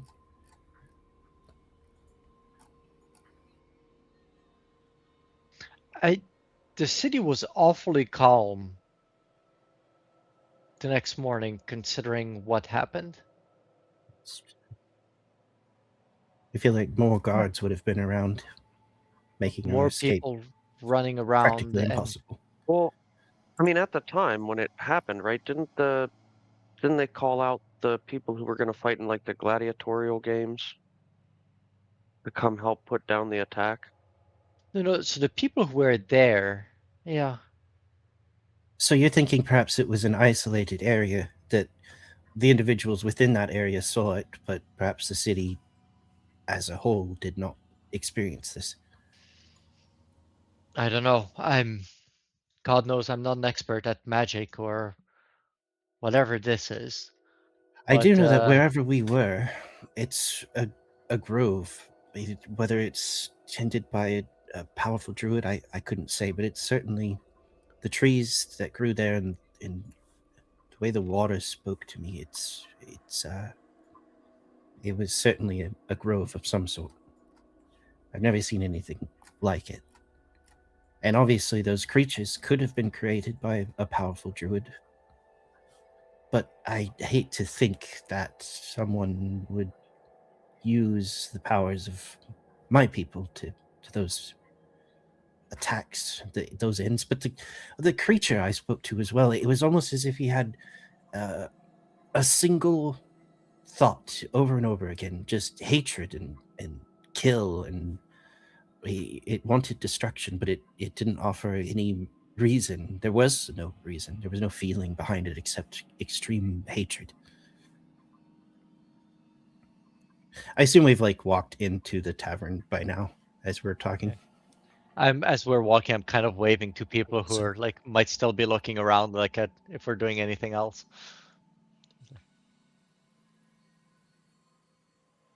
At this point, the crowd is mostly dispersed. We are now, in kind of slightly later morning. So the town is kind of in a lull now that will not probably pick up much until closer to lunch. Question: is our breakfast still at the bar? Yes. Or sit down and resume eating? And as Tambit digs back into the abandoned eggs and meat and etc., let's head back out into the rain where Lokar and Morella stand. So, So, you have gotten yourself into some trouble. oh, I don't know what you mean. No, surely not. And yet you reached out to me. What did you need? I needed my bag. I didn't have time to go back and get it. Sadly, I must disappoint you on this. I was not in the city when I got your message. We, and he points to his two companions, stopped by here on the way back. And you've been here before? You knew this was the safe house I was talking about? That it was in this town? I was in contact with your friend, Don Carlo. He means well. Maybe a little green. My sources tell me he asked all the right questions to all of the right people in all the wrong ways. Which is to say, he got honest answers, but incomplete ones. Answers about what? About you. About the people you're traveling with, I assume. There is a price Oh, on I your was head. just asking him to check, if the guards had mentioned us at all. Yes, the guards have not. But the Silver Tears, the Drakenfang, the Akulkin, several Pact Land merchant captains have been asking about you. As far as I can tell, at least one powerful group wants you and your friends dead. And at least one other powerful group seems to want that not to happen. I apologize. I'm coming back into this from outside.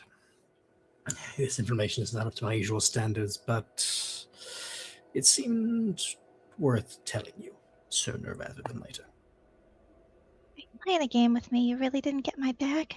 I did not get your bag. My favorite shoes are in there. I apologize. I'm sure they look lovely on you. But I will not be back to the city until after this meeting. And you should not be back anytime soon, if you value your head. And it's all of our names? You know everyone? You, Belu, the healer, Tormund the guard, Tambid the child, and Azalea, the druid, I believe.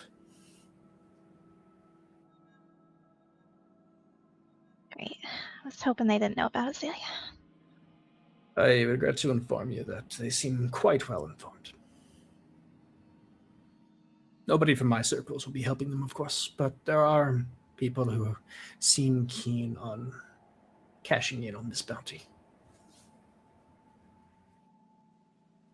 How much is it? A chest each. Wow.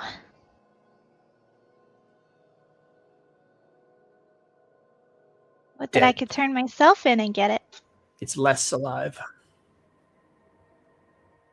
Well, that feels silly. Indeed.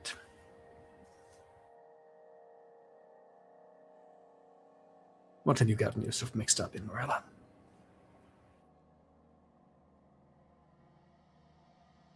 I don't know.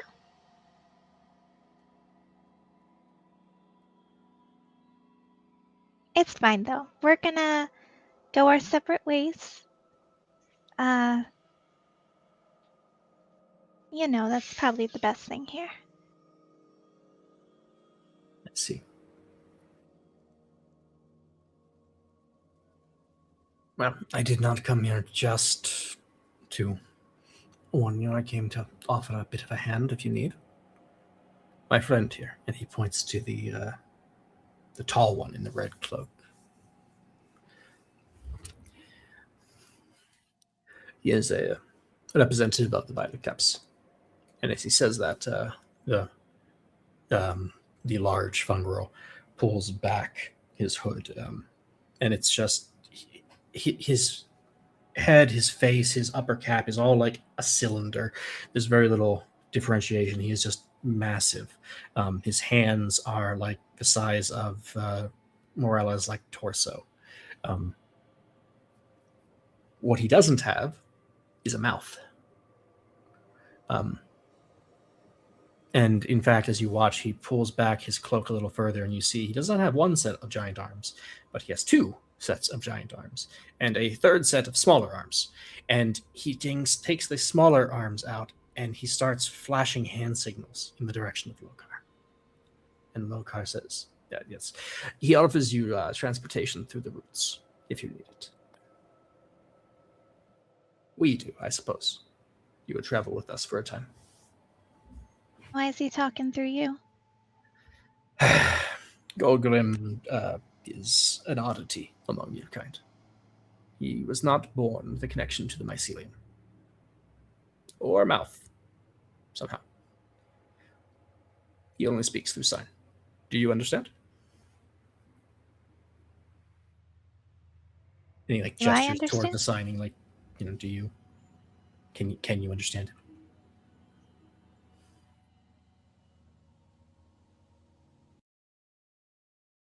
I would say no, unless you have a background with sign language on this character. No, there aren't languages.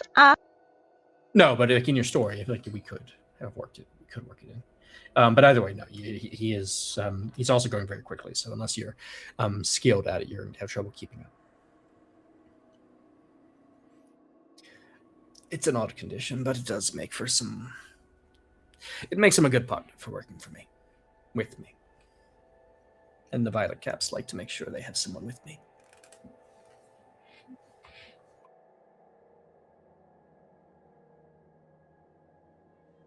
Right, the caps. For what it's worth, they are one of the parties who seem to be hiding who you are. Something to be thankful for, I guess. Indeed. For now. As I said, there's money on both sides of this thing. I don't know why or how, but it's certainly been an interesting show to watch. And it's just us? You haven't heard any other names? Not in relation to this, no.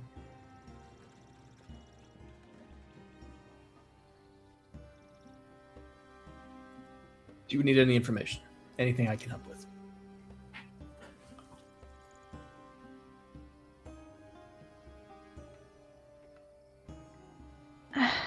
I don't even know where to begin to ask. Karia Green, you know that name? I do. But I don't know much more than the name, which is not something I'm used to. I was You know going anyone to who- ask if you were perhaps heading in that direction. The Grancel? No, I was gonna ask if you know anyone who started that way. A few. Nobody's made it very far yet. Still waiting to hear back for the most part. But more irons in the fire is good. And does that one have a mouth? I'm gonna gesture at the person who hasn't talked yet. From the shorter figure, you hear a series of beeps, followed by a sound. Then you see before him sticking out of his cloak, where his face should be, a piece of paper is being fed out slowly. And now bringing up to what you thought took to be gauntleted hands, reveals that this is in fact a clank.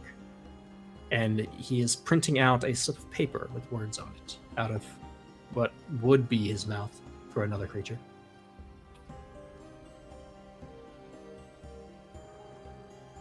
He walks up to you and pushes the paper towards you. I will take the paper hesitantly. The paper says, "Depends how you define mouth." Then he walks back. Ah. That's a funny one. Kato also can't speak.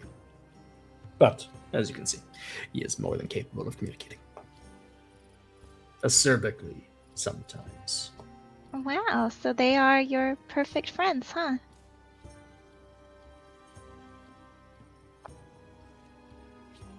No, I'm glad you finally found someone to hang with.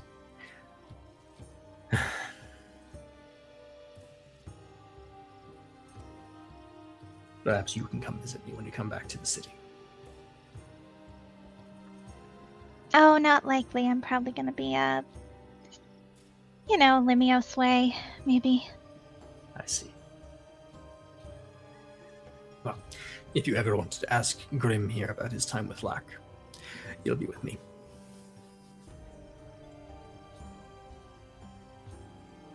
Why would I do that? They were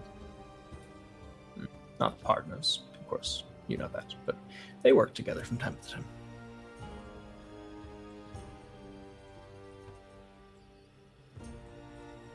Right.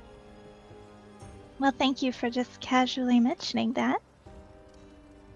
I will take my not bag, go and eat my cold breakfast, and head out to Limios soon.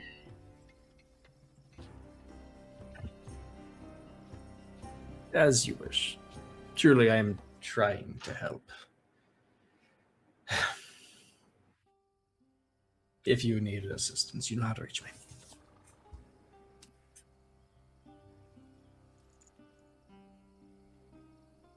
I wish you luck. Yeah.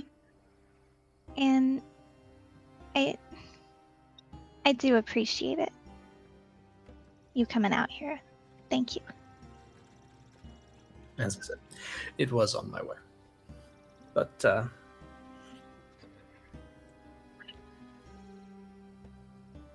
I'll try to keep my ear to the ground in case anything else of note comes up.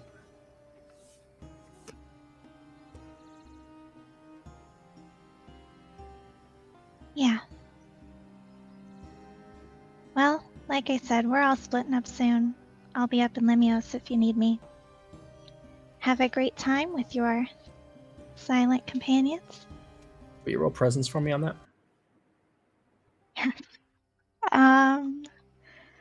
Rolling present.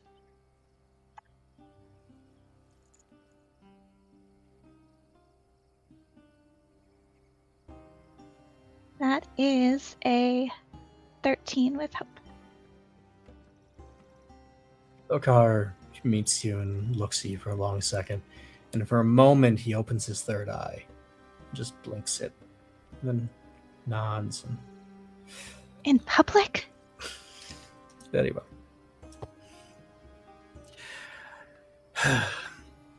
Move with Kiloba's grace. And he turns and leaves. Golgrim and Kato follow him behind.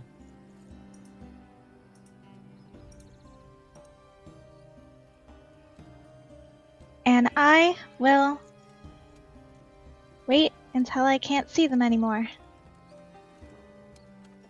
Then I will actually calm down in this alley where I am very stressed out and very shaken, and went from one conversation with this, like, not conversation, but stare off with this angry lady in the water to these, you know, former life contact people in the alley, to knowing that, according to chat, someone is eating my breakfast.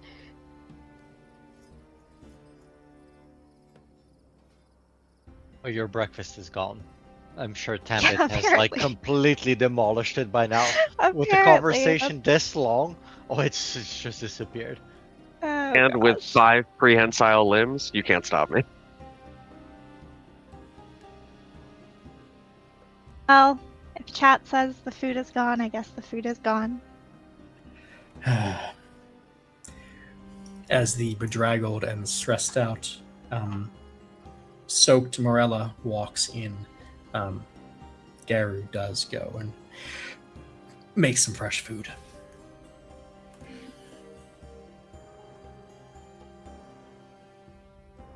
They pride themselves on their service here in Linton.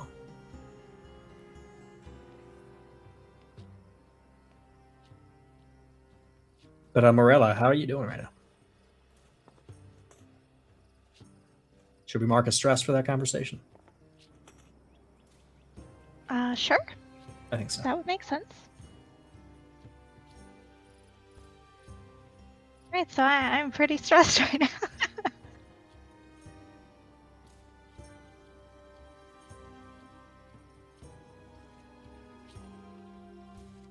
But yeah, I would say pulling it together as she is entering the tavern, because that is what she does. She is very anxious underneath the surface, though. She is almost physically shaken by everything that has just occurred, but is very much trying not to show it. As she goes to sit down by her traveling party.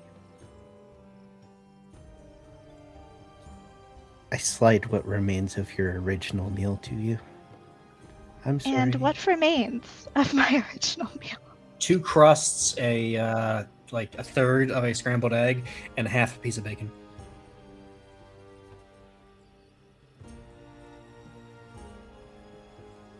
You couldn't eat the bacon. You had to leave the bacon. I actually specified I was focusing on the meat. But there's only so much I can eat. Pam is just like, I've turned around, I'm leaning back against the bar like, ah. Ham's stomach is currently the size of his head. I You tried need to some stop food, him. Morella. We had no chance of stopping him. Suppose I'll believe you. I just wanted a taste of the biscuit. And then he started grabbing, and I tried to stop him. And then I was like, well, I'm going to eat it so that he can't. And it got out of control.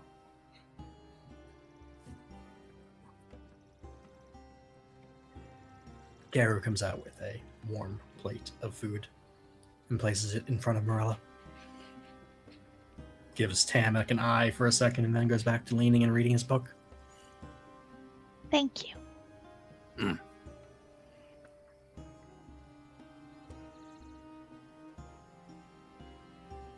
They're like serve yourself coffee, or I don't want to keep bothering them for a cup of coffee. There is a pot at the end of the bar. You can help yourself. They go pour a coffee. It's not a ton, but you're the only customers in here.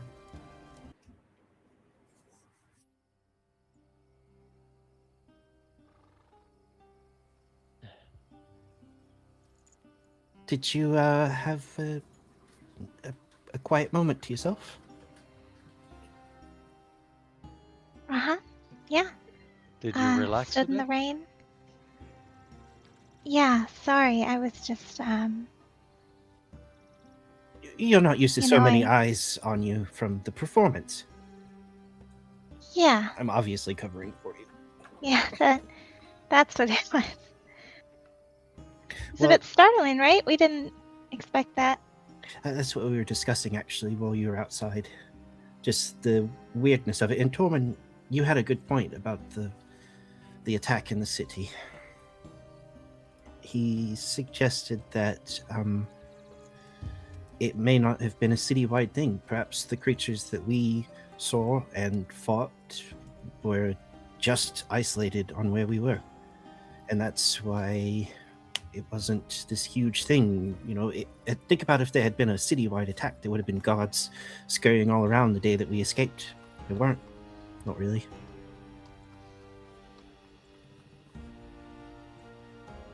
Yeah, and I tried to listen, and I couldn't really find any trace of anyone in a panic, really.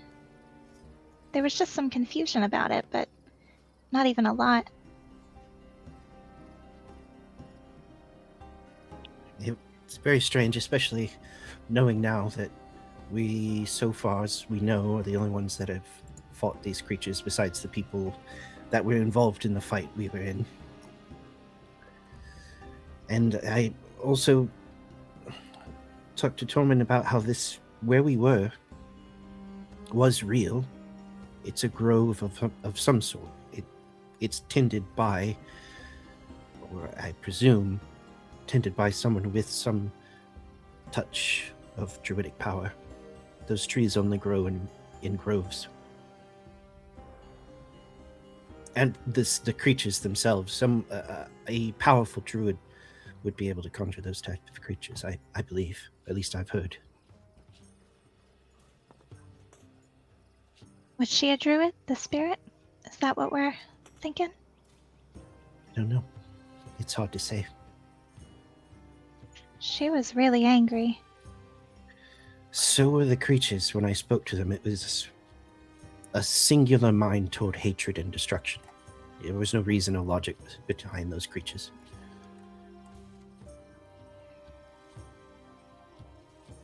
Yeah, that was it. I made a kind of contact with her for a moment, and it was hatred. Well, we were talking about going to speak to this Zine character. Let's see if we can try to suss out what these bandits are and try to be a little productive while Baloo is gone. Yeah. Oh, well, I don't know. Let's grab some food to go. Tormund's always hungry. More to the point, need to make sure that Tambit doesn't attack us for our rations that we store. And We'll attack you. We'll just sneak it. right. I'd like pat my bag to make sure. Yeah, hide the string cheese. And might as This well is talk to Zim. It's important, Tom. Did you say out loud that Tormund is always hungry? Did you speak about yourself in the third person? No, I realized okay. that. All Sorry. right. I was gonna go with it. The clever answer would have been yes, but I'm Terry not loves clever enough. yogurt. But I'm not clever enough to come up with that live. So no. Okay. Anyway, let's go. We can talk a bit more on the way, I think. Riley, you want the rest of my coffee? It's about half left. Oh, yeah, yeah. Thank you. That'll be good. That'll help I'm those shaking a nerves. bit from the rain.